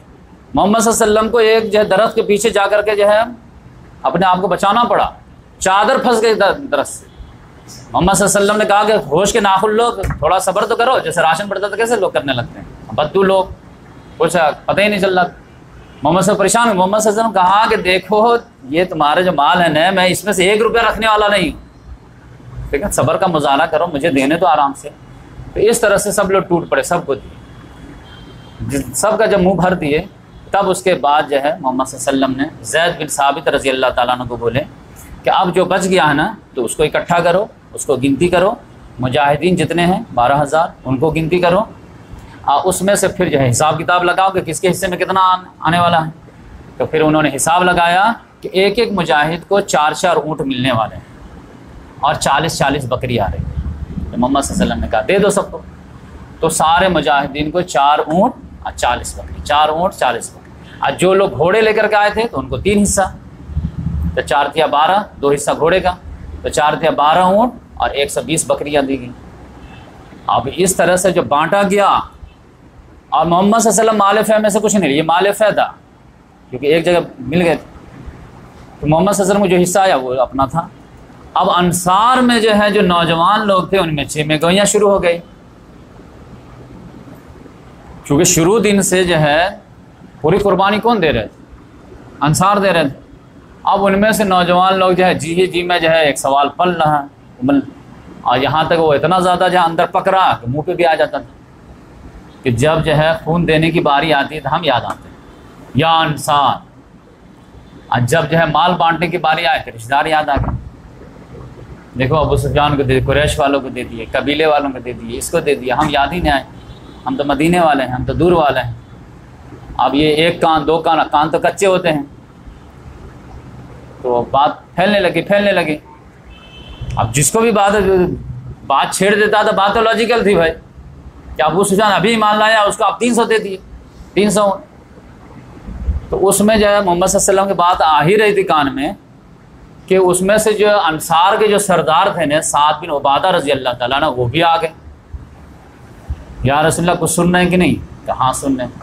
क्या सुनना है? तुम ही बताओ क्या सुनना है। बोले कि देखिए अंसार में से ये जो है अंदर ही अंदर जो है जी में एक बात आ रही है कि जब खून देने की बारी थी तो हम याद थे, और अब माल बांटने की बारी तो रिश्तेदार याद आए। तो मोहम्मद सल्लल्लाहु अलैहि वसल्लम ने कहा कि तुम्हारा क्या ख्याल, तुम भी यही फील करते हो क्या? तो उन्होंने कहा मैं भी तो उसी कौम का फ़र्द हूँ ना। मतलब उन्होंने अप्रूव किया कि हाँ मुझे भी यही बात समझ में नहीं आ रही है, और मुझे भी जो क्लैरिफिकेशन चाहिए कि ऐसा क्यों कर रहे हैं हम। तो मोहम्मद सल्लल्लाहु अलैहि वसल्लम ने कहा कि जो है ठीक है, तुम एक जगह जमा करो सारे अंसार को, मैं बात करता हूँ और मैं जवाबदेह होता हूँ कि मैं ऐसा क्यों किया हूँ। तो जो है जमा किया गया उन लोगों को। जब जमा हुए तब आप देखिए मोटिवेशनल स्पीच का एक क्लासिकल एग्जाम्पल, दुनिया में बहुत सारे मोटिवेशनल स्पीकर बनते हैं ना, 10,000 लोगों को जो है मोटिवेट कर देते हैं, ये कर देते हैं। जिन लोगों के दिलों में ये बिल्कुल सूए ज़न आ गया था, और वो सूए ज़न सिर्फ दिल में नहीं था, ज़बान पे भी आ, और उनको मोहम्मद सल्लल्लाहु अलैहि वसल्लम ने ये मोटिवेट कैसे कर दिया? एक स्पीच के ज़रिए से, कि वो लोग अपनी गलती पर इतना रोए कि दाढ़ी भीग गई। ये एक स्पीच का कमाल है ना। लीडर का तो यही सब कमाल होता है ना, और क्या होता है? कैसे लीड करना है, कैसे सवाल को जो है क्रश करना है, कैसे शैतान के जो है बरगला जो दिया है उसको जो है दबाना है। मोहम्मद सल्लल्लाहु अलैहि वसल्लम ने जो है तकरीर की, बोले कि मैंने जो है ये बात सुनी है कि तुम लोग जो इस तरह के सोच रहे हो और तुम्हारे दिल में ये पकड़ा। सारे लोग खामोश थे, तो पता चल गया कि हाँ ये तो है, आप तो बांटे, हमारे आंखों के सामने बांटे, इतना बांटे कि हमारे हिस्से में 4-4 आए। इतना होने के बाद मोहम्मद सल्लल्लाहु अलैहि वसल्लम ने कहा कि क्या ये बात सही नहीं है कि तुम लोग गुमराह थे, अल्लाह ताला ने मेरे ज़रिए तुमको हिदायत दी? या भला या रसूलल्लाह, क्या ये बात सही नहीं थे कि तुम लोग मोहताज थे, अल्लाह ताला ने मेरे ज़रिए तुमको गनी कर दिया? कितनी माल दौलत खैबर वगैरह से भी। भला या रसूल, क्या ये बात सही नहीं थे कि तुम लोग जो आपस में जाने दुश्मन थे, मेरे ज़रिए अल्लाह ने तुमको जोड़ दिया, भाई भाई बना दिया? भला या रसूल। बात हुई तो मोहम्मद सल्लल्लाहु अलैहि वसल्लम ने कहा कि देखो मैंने जिनको दिया हूँ वो इस वजह से दिया हूँ कि वो नए नए मुसलमान बने हैं। कुछ लोग जो है ऐसे होते हैं कि उनको माल के ज़रिए से उनका तालिफ़ कल्ब किया जाता है, माल के ज़रिए से उनके इस्लाम मजबूत किया जाता है। कुछ लोग ऐसे होते हैं जिनके दिलों में दुनिया की मोहब्बत रहती है, और कुछ लोगों का आखिरत की मोहब्बत रहती है। तो जिनको जिनकी मोहब्बत थी वैसे मैं दिया। तो अब आप लोगों को क्या चाहिए था, दुनिया या आखिरत? आखिरत के लिहाज से मैंने आपको दिया, और जो इनको दुनिया चाहिए था मैंने उनको दुनिया दिया। फिर मोहम्मद सल्लल्लाहु अलैहि वसल्लम ने फरमाया कि तुम ये भी बोल सकते हो, मैं जैसे बोला हूँ कि अल्लाह ताला ने तुमको गुमराह बनाया था, मेरे ज़रिए से हिदायत दिया, तुम लोग आपस में डिवाइड थे, मेरे ज़रिए यूनाइट है, तो तुम भी जो पलट के जवाब दे सकते हो कि या रसूलल्लाह, और तुम जवाब दोगे तो तुम सच बोलोगे, सच मानी जाएगी बात कि या रसूलल्लाह आपको लोगों ने झुटलाया तो हमने तस्दीक किया, जब लोगों ने आपको घर से निकाला तो हमने आपको पनाह दी, लोगों ने आपको धुतकारा तो हमने आपको गले लगाया, आप बेयार और मददगार घर से निकाले गए थे, हमने आपको अकोमोडेशन दिया। ये भी बात तुम्हारी सही, तुम बोल सकते हो, कोई बोल नहीं रहा अदब के हिसाब से, लेकिन बोलना चाहो तो बात बोल सकते हो और तुम्हारी बात सच्ची होगी, मानी भी जाएगी। लेकिन अंसार, क्या तुम इस बात पर राजी नहीं हो कि यहाँ से जब हम लोग लौटे तो कुछ लोग जो है भेड़ बकरी लेकर के लौटे और तुम लोग रसूलुल्लाह को लेकर घर लौटे? इस बात पर राजी नहीं हो? सारे सहाबा किराम जो अंसार थे वो दहाड़े मार मार के रोने लगे, रसूलुल्लाह रसूलुल्लाह रसूलुल्लाह, हमें कुछ नहीं। तो मोहम्मद सल्लल्लाहु अलैहि वसल्लम ने कहा कि मैं तो मुझे फतेह मक्का में बोल चुका था ना कि मेरा जीना मरना अब तुम्हारे साथ, तो मैं जो अपने लिए अडॉप्ट करूंगा वही अपने साथियों के लिए अडॉप्ट करूंगा ना। तो तुम इस बात पर राजी हो या नहीं कि लोग भेड़ बकरी लेकर के जाएं घर को और उसको खुशकिस्मती समझें, और तुम रसूलुल्लाह को घर लेकर के जाओ? कौन लक्की है? साहब ने एक मुश्ता नहीं, या रसूलुल्लाह, अपने गलती पे इतना नादिम हुए, इतना सब लोग रोए कि दाढ़ी भीग गई। तो अब जो है आप समझिए कि आज भी यही क्वेश्चन है सामने, हमारे सारे लीडर के सामने ये क्वेश्चन, किससे डरते हो, अल्लाह से या अमित शाह से? ये है कि नहीं? कश्मीर के हक में बोलोगे अमित शाह नाराज हो जाएगा, हक में बोलोगे तो अल्लाह नाराज खुश हो जाएगा, और नहीं बोलोगे तो अल्लाह नाराज हो जाएगा। अब हमारे लीडर किधर जा रहे बताइए? हम दुआएं मांगते अल्लाह ताला को जो है महमूद गजनवी भेज दे, अल्लाह ताला मुसल्लत कुछ और कर दिया।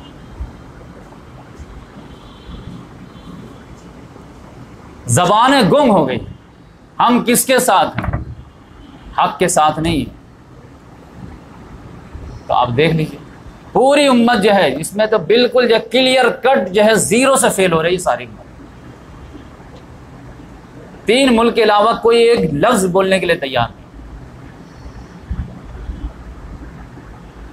ये भी नहीं बोलता कि ठीक है तुम लोग आपस का मैटर है, तुम्हारे कुछ जो है शहरी हैं, कुछ जो है गलतफहमी के शिकार हो गए हैं, आज़ादी मांगने लगे हैं, तुम अच्छे से डील कर लो। लेकिन ये क्या कि 2-2 महीना किसी को कर्फ्यू में सड़ा दो, इनह्यूमन कर्फ्यू। कोई आज़ादी मांगने आए तो उसको गोली दो।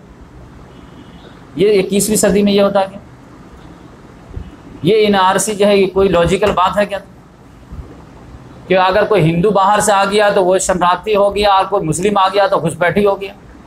ये 21वीं सदी का लॉजिक है क्या? ये इसको लॉजिक बोलते। बांग्लादेश से एक हिंदू हो जाए तो वो शरणार्थी हो गया, और एक मुस्लिम आ जाए तो घुसपैठी हो गया। इसके खिलाफ भी तुम बोलने के लिए तैयार नहीं, कहते नहीं हम हुकूमत के साथ हैं। तो फिर अल्लाह ताला कैसा लीडर आपको देगा? अब आप समझ जाइए। तो इस लिहाज से समझ जाइए कि हर दौर में ये कहानी जो मैं सुना रहा हूँ वो इसलिए नहीं कि बस जो है ये अलिफ लैला की कहानी है। ये असल में रिलेट होता है कि हर दौर में अहले ईमान के सामने डू एंड डाई का फैसला आता है। क्लियर कट मोहम्मद सल्लल्लाहु अलैहि वसल्लम बोल के गए हैं, मन मशा मा कौमिन मन मशा मा ज़ालिमिन लियक़व्वियहु व हुवा यअलमु अन्नहु ज़ालिमुन फ़क़द ख़रजा मिनल इस्लाम। जो कोई जालिम का साथ दिया ये जानते हुए कि वो जालिम है तो वो इस्लाम से निकल गया। और आज आप देख लीजिए 56 ममालिक में सिर्फ 3 मुल्क के सरबराह हैं जो कश्मीर के हक में कुछ बोलने के लिए तैयार हैं, वरना 53 ममालिक जो कहते हैं कि ये हमारा मैटर ही नहीं है, ये हमारा मैटर ही नहीं है। 80 लाख कश्मीरी भाई जो मर जाएं, दफनाने के लिए उसको जो है अफराद ना मिले, कब्र खोदने वाले फर्द ना मिले, लेकिन हमारा कोई मसला नहीं। हाँ मोहम्मद सल्लल्लाहु अलैहि वसल्लम बताए होंगे 1400 साल पहले मुसलमान एक जिस्म मानिंद है, लेकिन यहाँ तो आप कैसर और किसरा की सुन्नत है, बादशाहत है, इसमें मोहम्मद सल्लल्लाहु अलैहि वसल्लम की हदीस कहाँ चलेगी? हम अपना मार्केट देखेंगे, कहाँ फ़ायदा क्या नुकसान, किधर तेल बेचना किधर नहीं बेचना है, ये हम फ़ायदा नुकसान देखें। उम्मत मर जाए उससे क्या हमको लेना देना? अपनी दुकान, अपनी अय्याशी, अपनी बदमाशी बरकरार रहे, ये हालत। अब फिर कहते हैं वहाँ इस्लामी हुकूमत। इस्लामी हुकूमत के खलीफे को मालूम हो जाए कि 80 लाख 2 महीने से जो कैद हैं उनको खाना नहीं मिल रहा है, अब वो कुछ बोले नहीं, अब भी आंख नहीं है, या गैरत का जनाजा निकाल के रख। अरे उस जबान को तो काट के फेंक देना चाहिए ना, जिसमें जो हक बोलने की ताकत नहीं हो। उस ईमान के कौड़ी की कीमत नहीं है जिसमें जो हक बोलने के लिए जुर्रत नहीं है। कम से कम इंडिया में बोलने की तो आज़ादी है ना। फ्रीडम ऑफ स्पीच पर जो है पाबंदी नहीं लगेगी, जिस रोज लगेगी उस रोज जब मजबूरी का बहाना ले लीजिएगा। आज तो नहीं है ना, तो गलत को गलत बोलो ना, सही को सही बोलो ना। गलत कोई भी करे, चाइना में अगर मुसलमान के साथ गलत होता तो चाइना भी गलत, शाम में गलत होता तो शाम में भी गलत, यमन में होता तो यमन भी गलत, इंडिया में होता तो इंडिया भी गलत। ये क्यों होगा कि हमारा जो सरबराह करता तो बहुत अच्छा, दूसरा करता तो बहुत गलत।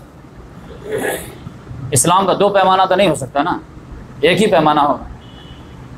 यही अफगानिस्तान के लोग जो है रूस के खिलाफ जिहाद कर रहे थे तो अमेरिका जिहाद का लाइसेंस दे रहा था, आज उनके खिलाफ होने लगे तो टेररिस्ट का लाइसेंस देने लगे। अरे वाह, ये तुम हक को नाहक का फैसला तुम करने लगोगे। आज फिर जो है 18 साल के बाद कर रहा, हमसे बात कीजिए, मजाक न, टेररिस्ट से बात होती है। डोनाल्ड ट्रंप का गिरबान कोई क्यों नहीं पकड़ता कि तुम टेररिस्ट से क्यों मसालहत कर रहे हो, तुम टेररिस्ट से बात क्यों कर रहे हो? जब अपनी पड़ी है तो आप जब बात करो, टेररिस्ट तो टेररिस्ट होता ना, तो उससे बात क्यों हो रही? ज़ल्म खलीलजाद क्यों आ रहा, क्यों बात कर रहा? तो कोई तो गिरबान में सवाल करे ना। यूएनओ जो है कितनी बड़ी जो है, सबसे जो है गैर जमहूरी इदारा, दुनिया का सबसे बड़ा पापी इदारा नंबर 1।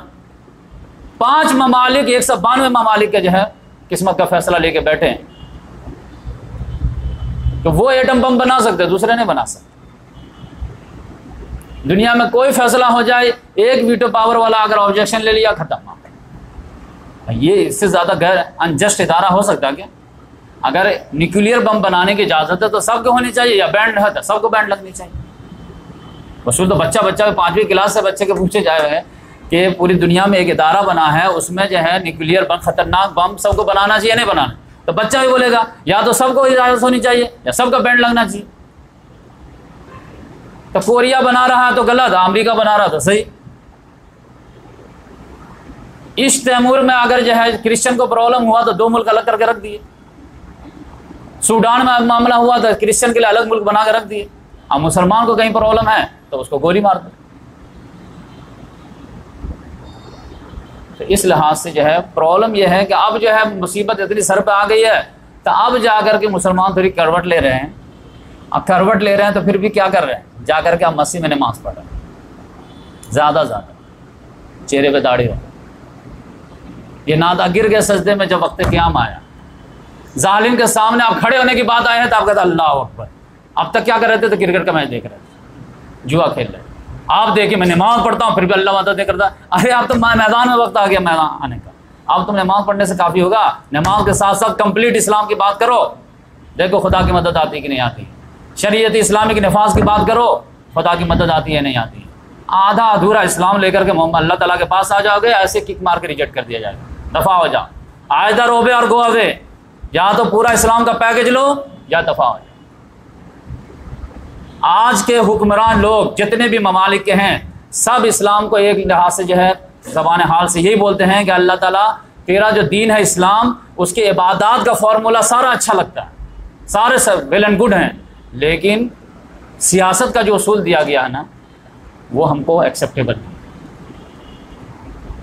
सियासत का उसूल जो खिलाफत का है वो अच्छा नहीं लगता हमको। कैसर और किसरा वाला अच्छा लगता है कि बाप के बाद बेटा, बेटा के बाद बेटा, बेटा के बाद बेटा, वो कितना अच्छा, उसमें अमन रहती है। खिलाफत में तो क्या है, जंग होती है। लिहाजा इस्लाम के जो है इबादत हम लेंगे और सियासत छोड़ देंगे, तो ये आधा अधूरा नहीं। अफतुमिनून बिबाज़िल किताब व तकफुरून बिबाज़, क्या तुम आधे पर मानते हो, आधे को नहीं मानते? इबादत लोगे इस कुरान से, सियासत लोगे कहां से, कैसर और किसरा से? ऐसा इस्लाम मुंह पे दे मारे जाएगी नहीं। आज आप देख लीजिए, जिल्लत और खारी मुकद्दर बन जाएगी उम्मत मुसलमान।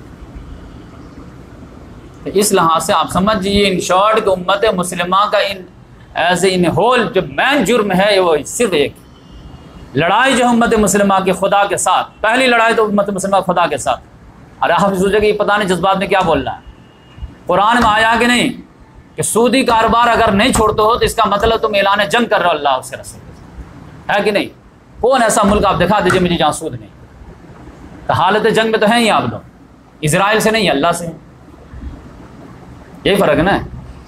वर्ल्ड बैंक को या IMF को किसने तलाक दिया है कि यहाँ सूदी लेन देन होते हैं, हम नहीं इसमें शमूलियत होंगे? सबने तो गले ही लगाया ना। तो एक ही लड़ाई है उम्मत मुस्लिमा की अल्लाह ताला के साथ कि अल्लाह ताला कहता है कि मैं तुम्हारी सिर्फ एक शर्त पे मदद करूंगा, जब तुम इस्लाम को पूरे कंप्लीट पैकेज के हिसाब से लो। उदखुलू फिस्सिल्म काफ़ा, ऐ लोगों जो ईमान ला हो इस्लाम में पूरे के पूरे दाखिल हो जाओ, हर उसूल हर हुक्म सर आंखों पर रख दो, हम तुमको आज मदद करने के लिए तैयार हैं।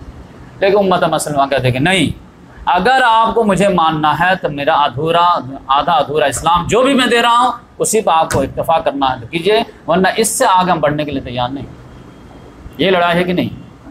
हम सूद नहीं छोड़ पाएंगे, चाहे पेट्रोल की ताकत आप दे दीजिए फिर भी नहीं छोड़ पाएंगे, हमसे नहीं हो पाएगा। अमेरिका नाराज हो जाएगा, उनके खतरा हमको ज़्यादा है, दुनिया बिगड़ जाएगी हमारी। पता नहीं, आप कहते हैं कि नहीं हम मदद करेंगे, पता नहीं मदद करेंगे नहीं, कौन देखने के?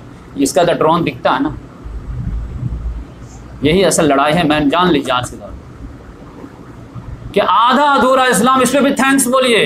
नमाज पढ़ देते हैं आप, रमज़ान में चंदा देते हैं, रमज़ान में रोज़ा रखते हैं, ज़कात देते हैं, खार हैं बदकार हैं डूबे हुए ज़िल्लत में, कुछ भी तेरे महबूब की उम्मत में तो हैं, हम बख्शा ऐसे बख्श दीजिए।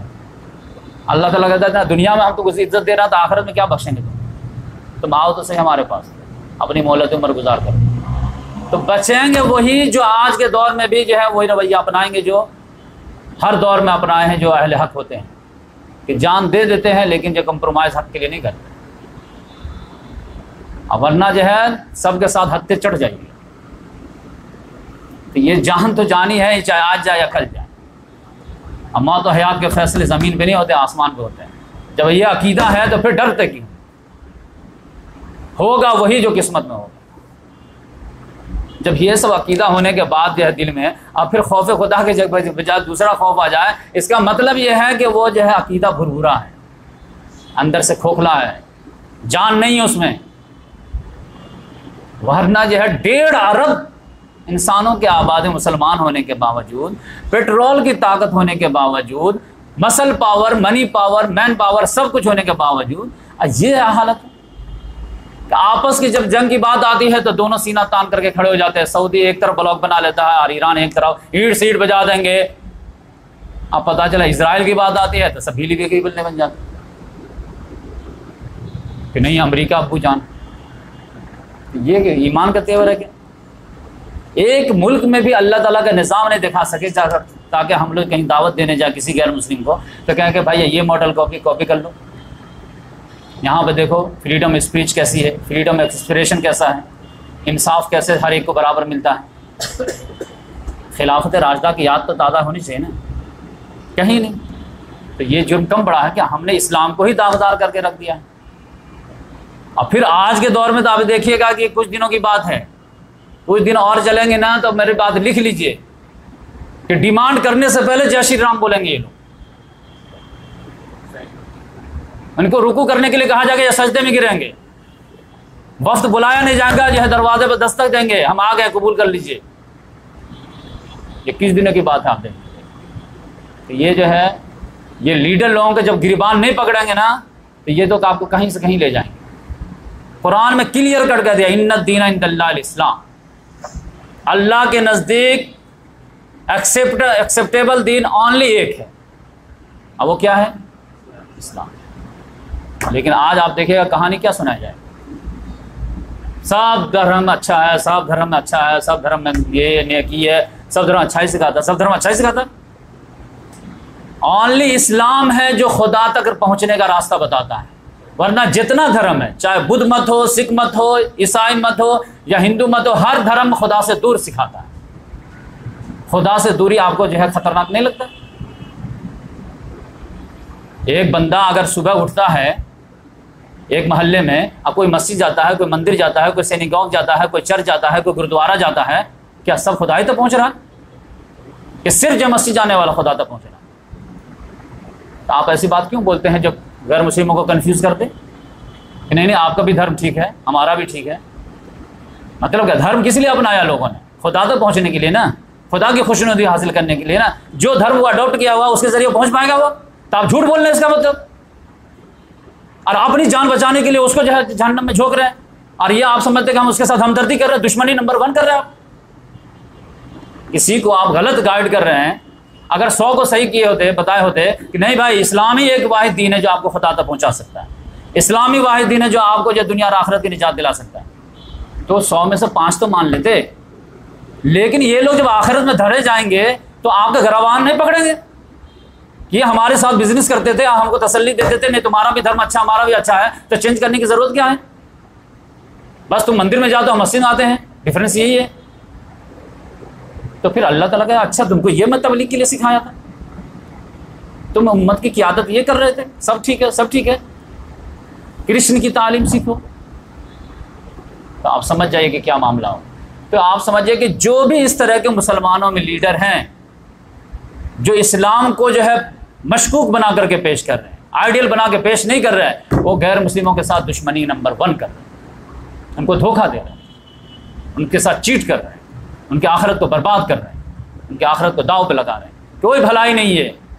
ये तो जब आँख खुलेगी तब डब्बा गायब नजर आएगा, और लोग हम लोग जैसे के लोगों को कदर करेंगे कि काश की इनकी बात सुने। इन्न दीन इंदल्लाह इस्लाम, अल्लाह ताला कहता है, मैं सूरह आल इमरान में क्लियर कट नहीं कह दिया था कि मेरे नज़दीक एक्सेप्टेबल दीन ओनली एक होगा, और वो इस्लाम हो हर दौर में।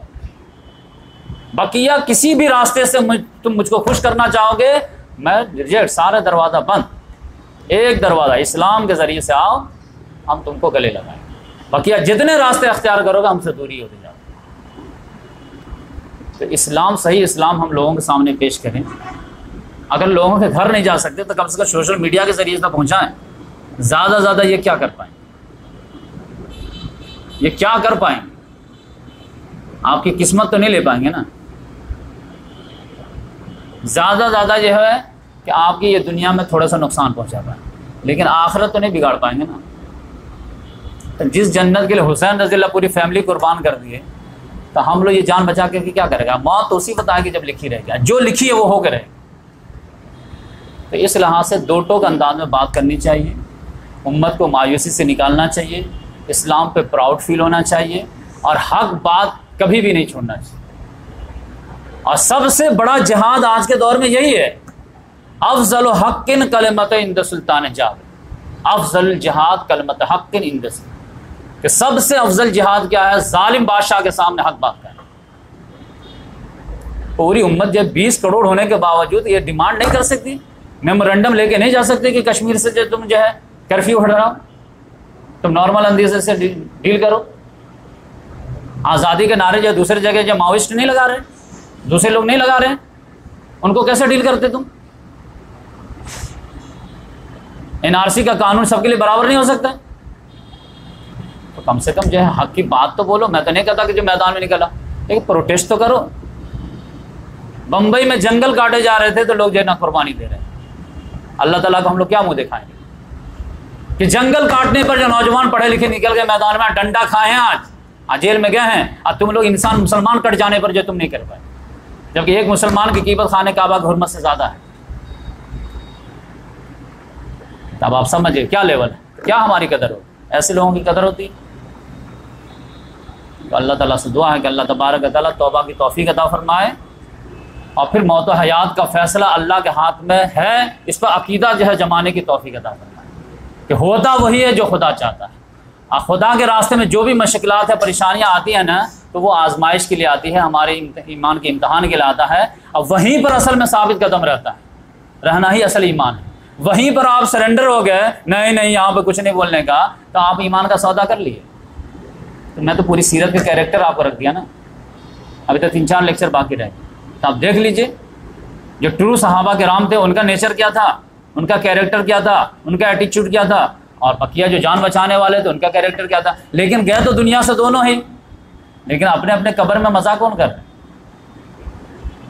तो इस लिहाज से जो है ये चंद रोज़ा ज़िंदगी है, इसी में हमको आखिरत बनानी है, और नहीं तो इसी में आखिरत तबाह हो। तो चंद दिनों के जो है मेहनत मशक्क़त करके अगर कोई अपनी आखिरत बना ले तो दुनिया में उससे बड़ा लक्की कोई नहीं। और चंद दिनों के आफियत के जो है बचा करके, जो कि आफियत गारंटी भी नहीं आज के दौर में, और उसके लिए इतनी बड़ी आखिरत को दाव पे लगा देना, ये कोई अक्लमंद नहीं, ये बेवकूफ़ी नंबर 1 है। तो इस लिहाज से अल्लाह ताला से दुआ मांगना चाहिए, इहदिनस सिरातल मुस्तकीम सिरातल लदीना अनअमता अलैहिम, अल्लाह हमें सीधा रास्ता गाइड कर।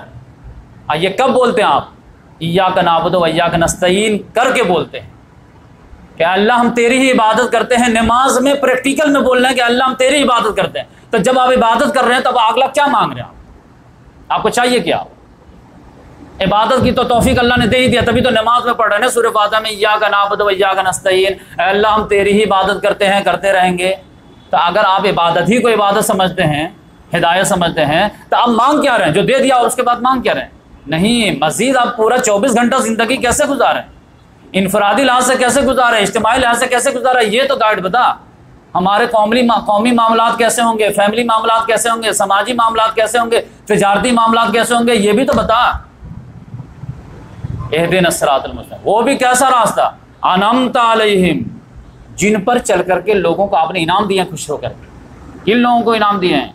अंबिया किराम, सिद्दीकीन, शुहदा, सालिहीन, इनके तारीख पढ़ लीजिए, आप सीरत पढ़ लीजिए, देखिए इन लोगों ने क्या तेवर क्या थे ज़िंदगी गुजारने में। गैरिल मग़ज़ूबि अलैहिम वलज़्ज़ालिमीन, ना उन लोगों का रास्ता जिन पर तेरा गज़ब हुआ। गज़ब किन पे हुआ? जो रसूल की दावत को नहीं माने, उन पर गज़ब हुआ, उन पर अज़ाब आया है। वलज़्ज़ालिमीन, जो मानने के बाद जो है नहीं माने, वो भी गुमराह हुए। ईसाई बड़ी एग्जाम्पल है इसकी। तो आप तो हर नमाज में वही मांगते हैं लेकिन वही करते नहीं, हम क्या करें? बच्चा रात दिन कहता है बाप से कि बाबू स्कूल भेजिए, स्कूल भेजिए, और सब चीज़ दे देने के बाद शूज़ दे दो, टाई दे दो, यूनिफॉर्म दे दो, किताब खरीद दो, स्कूल ही नहीं जाए, और फिर अब्बू स्कूल जाएंगे हम। ठीक है, ये क्या मजाक किया रहा तू डेली रात में बोलता अब्बू स्कूल जाएंगे, और जब सुबह में कहता चलो स्कूल तो नहीं जाएंगे। तो ये मजाक हो रहा कि नहीं हो रहा? कि नमाज में हम क्या कर रहे हैं?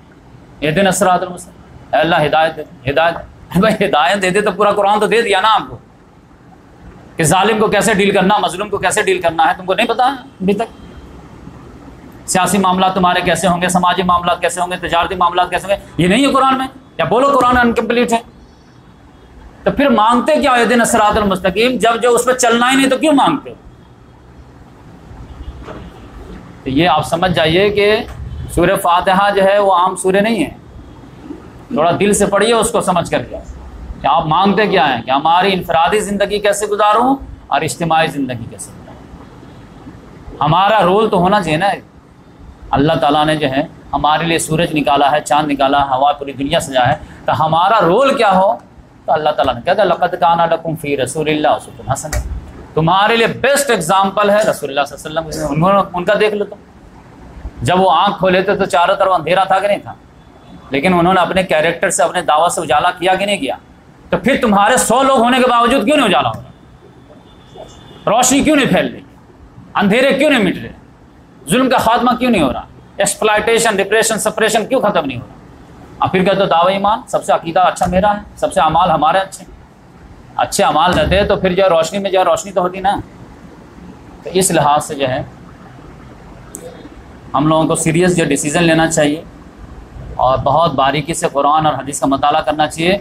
वरना आप समझ लीजिए, मुझे जो डर है ना वो किस चीज़ का, मैं जो सीख रहा हूँ कि कहीं हमारे ज़रिए से कुरान भी ना बदनाम हो जाए, ये असल डर है। तकरीबन 80% बदनाम हो चुके।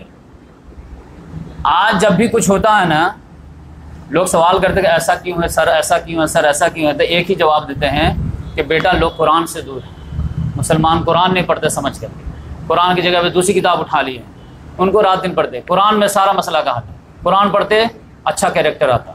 लेकिन अब कुरान पढ़ने के बावजूद भी अगर वैसा हो जाए तो कुरान भी बदनाम हो जाएगा कि नहीं? कि सर कुरान पढ़ने वाला तबका भी तो कैरेक्टर वही है, उसके नज़दीक भी तो वैल्यू उन्हीं चीज़ों की है जो कुरान ना पढ़ते उनके ने। तो फिर क्या मामला होगा? कुरान बदनाम हो जाएगा? नहीं नहीं, वो कहेंगे नहीं, कुरान पढ़ने के बाद भी जो लोग ऐसे रहते हैं 10-10 साल दर्स कुरान सुने लेकिन 10 रुपए के लिए लड़ाई करते देखें, 20-20 साल दर्स दिए हैं लेकिन सुन्नत पे शादी नहीं कर पाए। तो फिर तो कुरान बदनाम हो जाएगा ना, कि कुरान पढ़ने के बाद उतरने के बाद भी जो कैरेक्टर में इनकलाब नहीं आया तो फिर ये इनकलाबी किताब नहीं है ना, फिर तो हमारे वजह से कुरान बदनाम हो रहा है ना। तब आप समझ जाइए कि दीन तो बदनाम है, आखिरी जो चिराग है कहीं वो भी जो मध्यम न पड़े। तो ये जो है हमारा जो तफरी के जो है प्रोग्राम नहीं होता है कि आइए मिल बैठ करके हाँ इन लोग है थोड़ा चेहरा वगैरह देखें मुस्कुराएं चले जाएं। ये इनकलाबी किताब है, हम पढ़ते हैं इस नियत से कि इसमें से जो रास्ता मिलेगा उस पर हम अमल करेंगे, उसके पैगाम को लेकर के आगे बढ़ेंगे। अगर लेकर के आगे बढ़े तब तो हम लक्की वन हैं, वरना तो कुरान हमारे खिलाफ हुज्जत हो जाएगी कि ये तो कुछ कौम थी जो समझती ही नहीं थी, ये तो समझदार कौम है जो उठी नहीं। तब फिर हमारा जो जुर्म बाला जुर्म हो जाएगा ना। आपके अम्मी के जो है पेट में दर्द हो जाए 3 बजे रात में, अब पड़ोस में एक डॉक्टर हो एक नॉन डॉक्टर हो, अब दोनों के बिल बजाएं, अब दोनों में से दोनों ना उठे तो गुस्सा किस पे ज़्यादा है? डॉक्टर पे ज़्यादा आएगा ना। ये अगर उठ जाता ना तो हमारा प्रॉब्लम सॉल्व हो जाता। तो यहाँ तो डॉक्टर ही सोया हुआ। तो इस लिहाज से हमारा जुर्म जो है, अगर हम पढ़ रहे हैं और अगर उसके तकादे पूरे कर दें तो हमसे ज़्यादा खुशकिस्मत कोई नहीं, लेकिन पढ़ने के बाद बैठ गए तो हमसे ज़्यादा बदकिस्मत भी कोई नहीं। जिनके सिवा रुतबे हैं उनके सिवा मुश्किल है। अल्लाह ताला ने मोहम्मद सल्लल्लाहु अलैहि वसल्लम की बीवियों को बोला ना कि अगर तुम लोग गलती करोगे तो मैं तुमको डबल सज़ा दूंगा। सूरह अहज़ाब में आया कि नहीं आया? क्यों? जिनके रुतबे हैं उनके सिवा मुश्किल है। तुम अगर अच्छे अमल करोगे तो तुमको डबल अजर भी मिलेगा, लेकिन गलती करोगे तो तुमको डबल सज़ा भी मिलेगी। तो उम्मत मुस्लिमा तो बहस है तो पूरी उम्मत मुस्लिमा सोई है, कुरान का तो वो हक भी देने के लिए तैयार नहीं है कि ये नाजरा से आगे बढ़े। ये बच्चों की किताब है, ये बड़ों की किताब है ही नहीं। ये हमारे बच्चे पढ़ते, हम नहीं पढ़ते, हमारा एटीट्यूड यही है। लेकिन हम लोग तो कम से कम उन लोगों में से ना कि हम कहते नहीं ये बच्चों की किताब नहीं, ये बड़ों की भी किताब है। लेकिन जब देखते हैं कि आमाल दोनों के सिमिलर हैं तो फिर कहते हैं कि फिर बड़े को पढ़ने का फ़ायदा क्या हुआ? उसकी निगाह में दुनिया की अहमियत थी, अब आखिरत की अहमियत कहाँ है? दुनिया की वैल्यू कुछ भी कम हुई? अगर नहीं हुई तो कुरान का मतलब नहीं समझे आप। तो इस लिहाज से अल्लाह ताला से दुआ करते रहना चाहिए कि अल्लाह तबारक व तआला हमें कुरान के ज़रिए से दुनिया की मोहब्बत कम से कम करे, दिलों के जंग को दूर करे, हकीकत को हमारे सामने आया करें, ताकि हकीकत को हम कबूल कर सकें और अल्लाह ताला के दीन के लिए कुछ कुर्बानी दे सकें। सुभान अल्लाह बिहम्दिही, सुभानक अल्लाहुम्मा व नशहदु अल्ला इलाहा इल्ला अंता व नस्तगफिरुका व नतूबु। इसके बाद समझिए कि 3 लेक्चर और रह जाएंगे, 3-4 लेक्चर।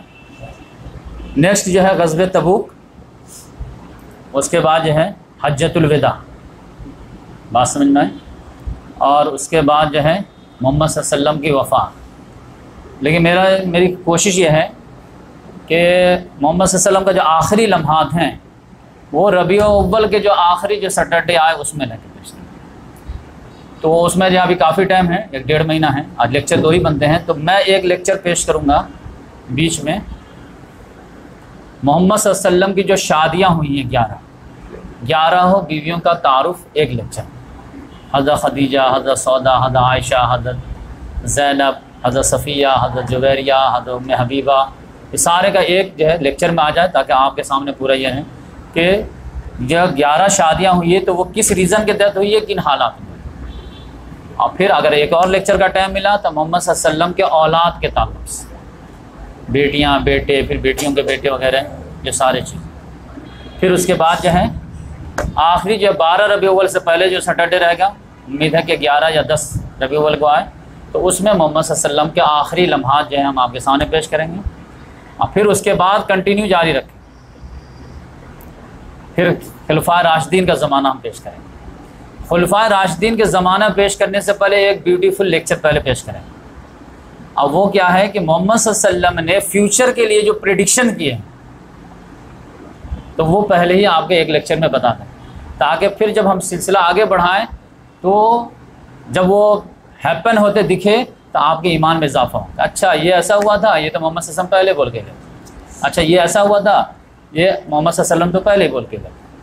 तो वो जो है आप कुछ भी जो हुआ है वो सारी चीज़ मोहम्मद सल्लल्लाहु अलैहि वसल्लम आखिर क़यामत तक के बारे में बोल के इंडिकेशन दे के गए। तो वो मैं एक पेशन गोई वाली जो हदीस लेक्चर लूँगा, उसके बाद खुलफा राशिदीन का पूरा जो डिटेल में, अबू बकर सिद्दीक़ रज़ी अल्लाह तआला अन्हु का दौर, उमर फ़ारूक का, उस्मान गनी रज़ी अल्लाह, अली मुर्तज़ा, फिर इसके बाद हिस्ट्री का ऐसे आगे चलते रहें।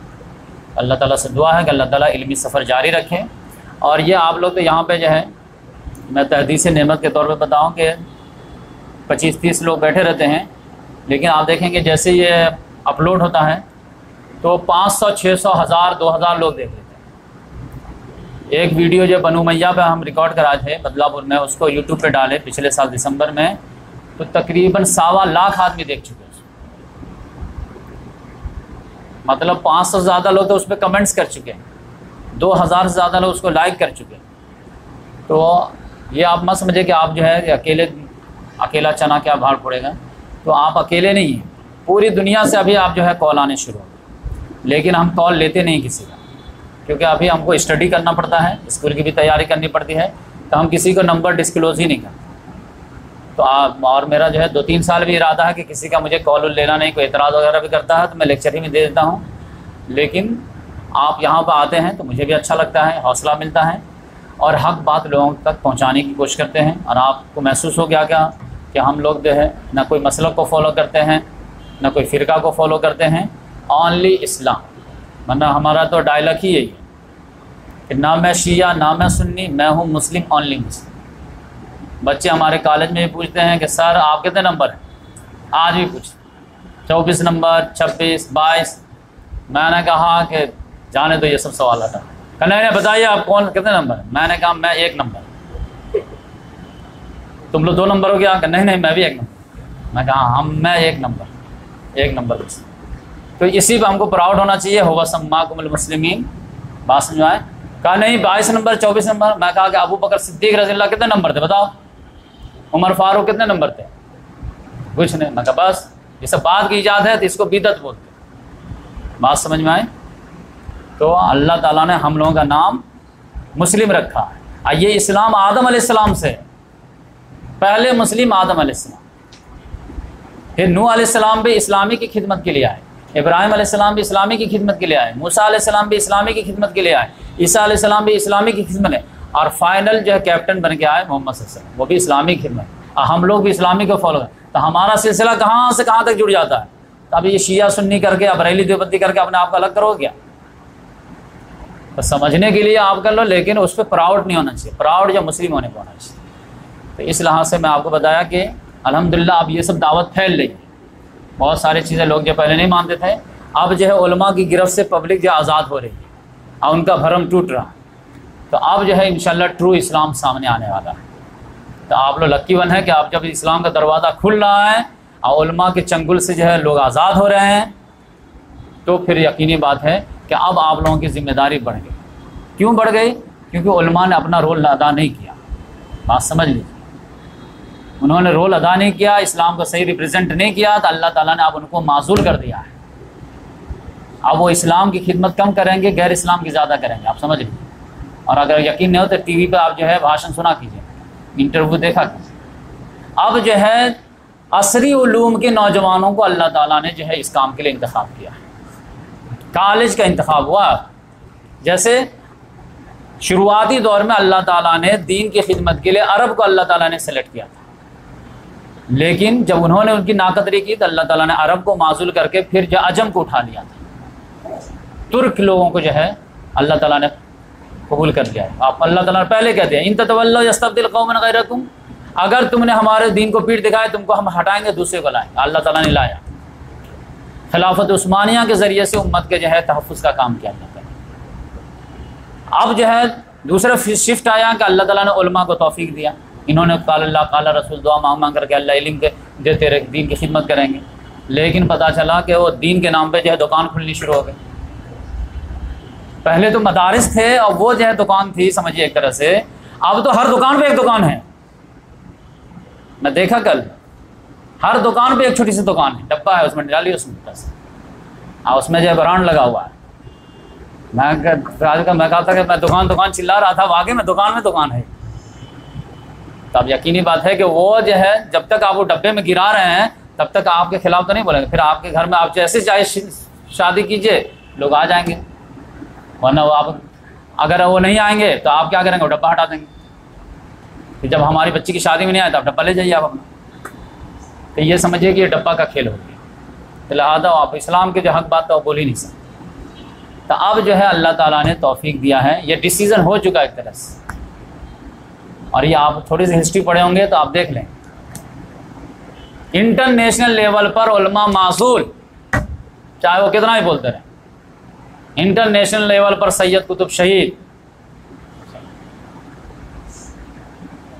हसन बन्ना शहीद, मौलाना मौदूदी रहमतुल्लाह अलैह, अहमद दीदात, जाकिर नायक, अली मिर्ज़ा, डॉक्टर इसरार, इनके लेवल का भी पासन का भी बराबर हो तो बताऊँ।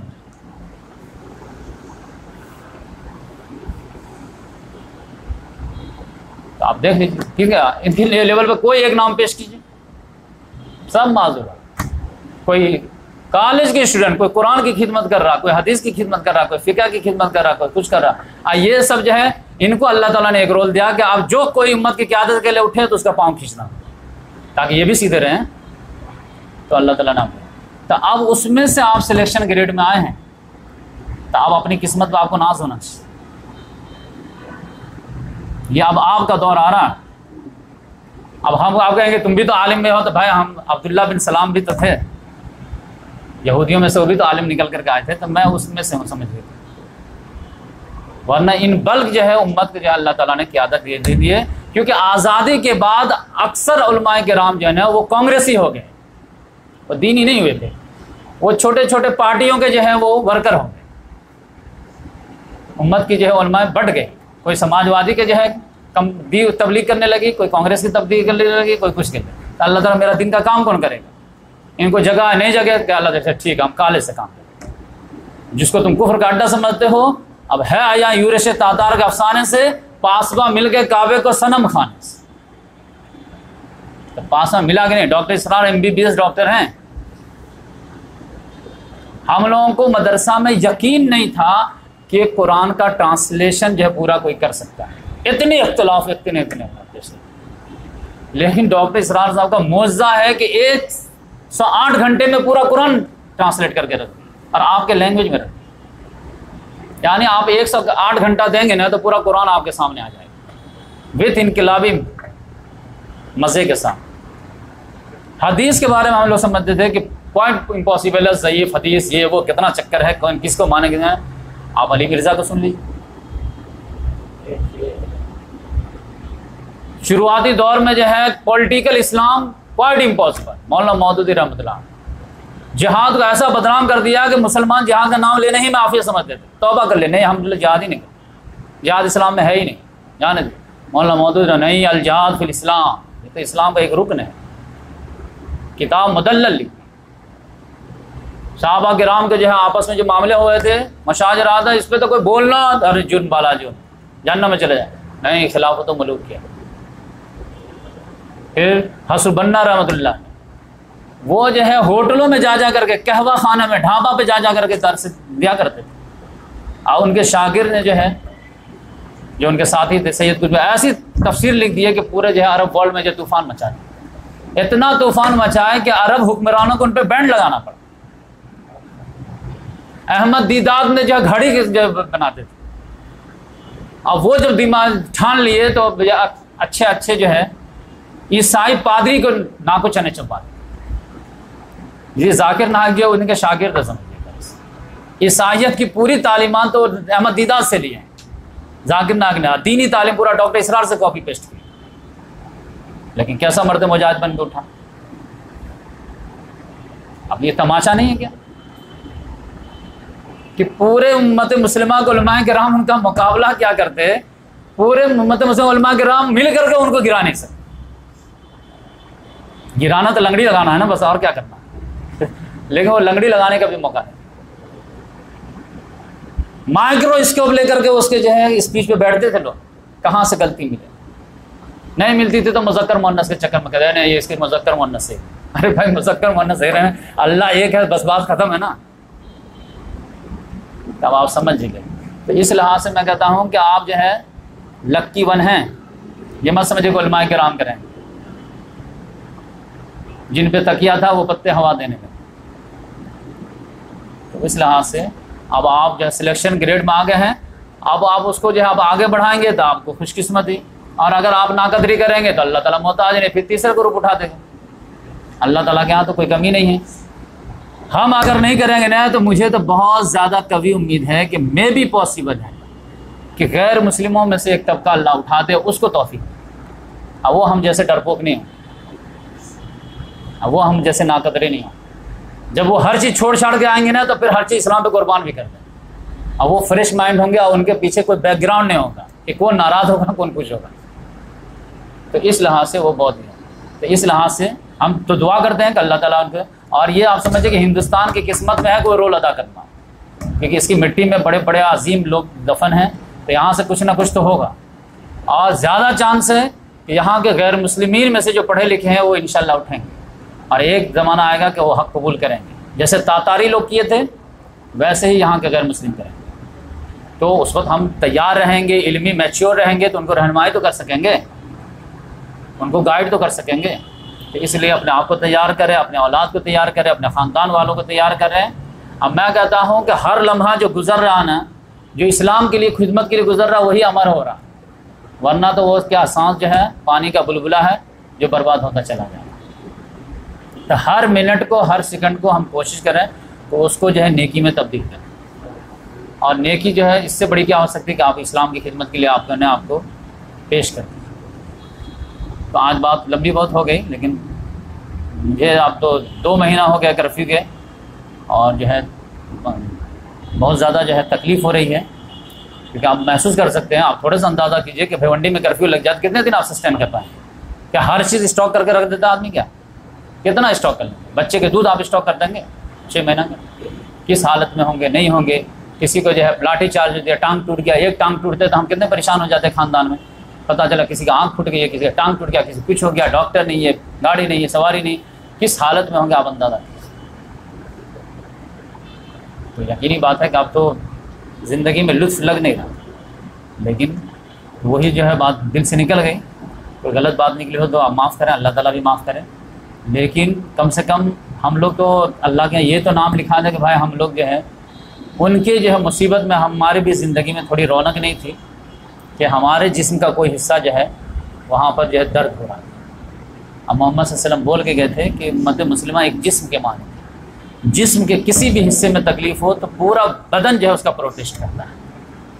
तो आप देख लीजिए कि आपको प्रोटेस्ट हो रहा है, आपकी नींद उड़ रही है, तो समझ जाए कि आप उम्मत के हिस्सा हैं, और नहीं हो रही है तो फिर जो है ईमान की खैर मनाई। फिर लगता है कि आप काट दिए उस हिस्से को, कि आपको काट दिया गया इस हिस्से से। तो इस लिहाज से जो है बहुत सेंसिटिव मामला है। आप उठ करके अल्लाह ताला से दुआएं कीजिए, उनके लिए जो इल्तिजाएँ कीजिए, उनके लिए जो है लोगों को अवेयर कीजिए, हक बात बोलने के लिए कोशिश कीजिए। तो अल्लाह ताला जो है हो सकता है कि हमारे जो जराइम को माफ़ कर दे और फिर अच्छे दिन आ जाए। अल्लाह ताला से दुआ है कि अल्लाह ताला हम तमाम से जो है कोई बड़ा काम ले ले, कोई कुर्बानी कबूल कर ले, और आखिरत में हमें अल्लाह ताला अपने अंबिया किराम, सिद्दीकीन, शुहदा, सालिहीन के दरमियान जो है जगह अता फरमाए। जज़ाकल्लाह।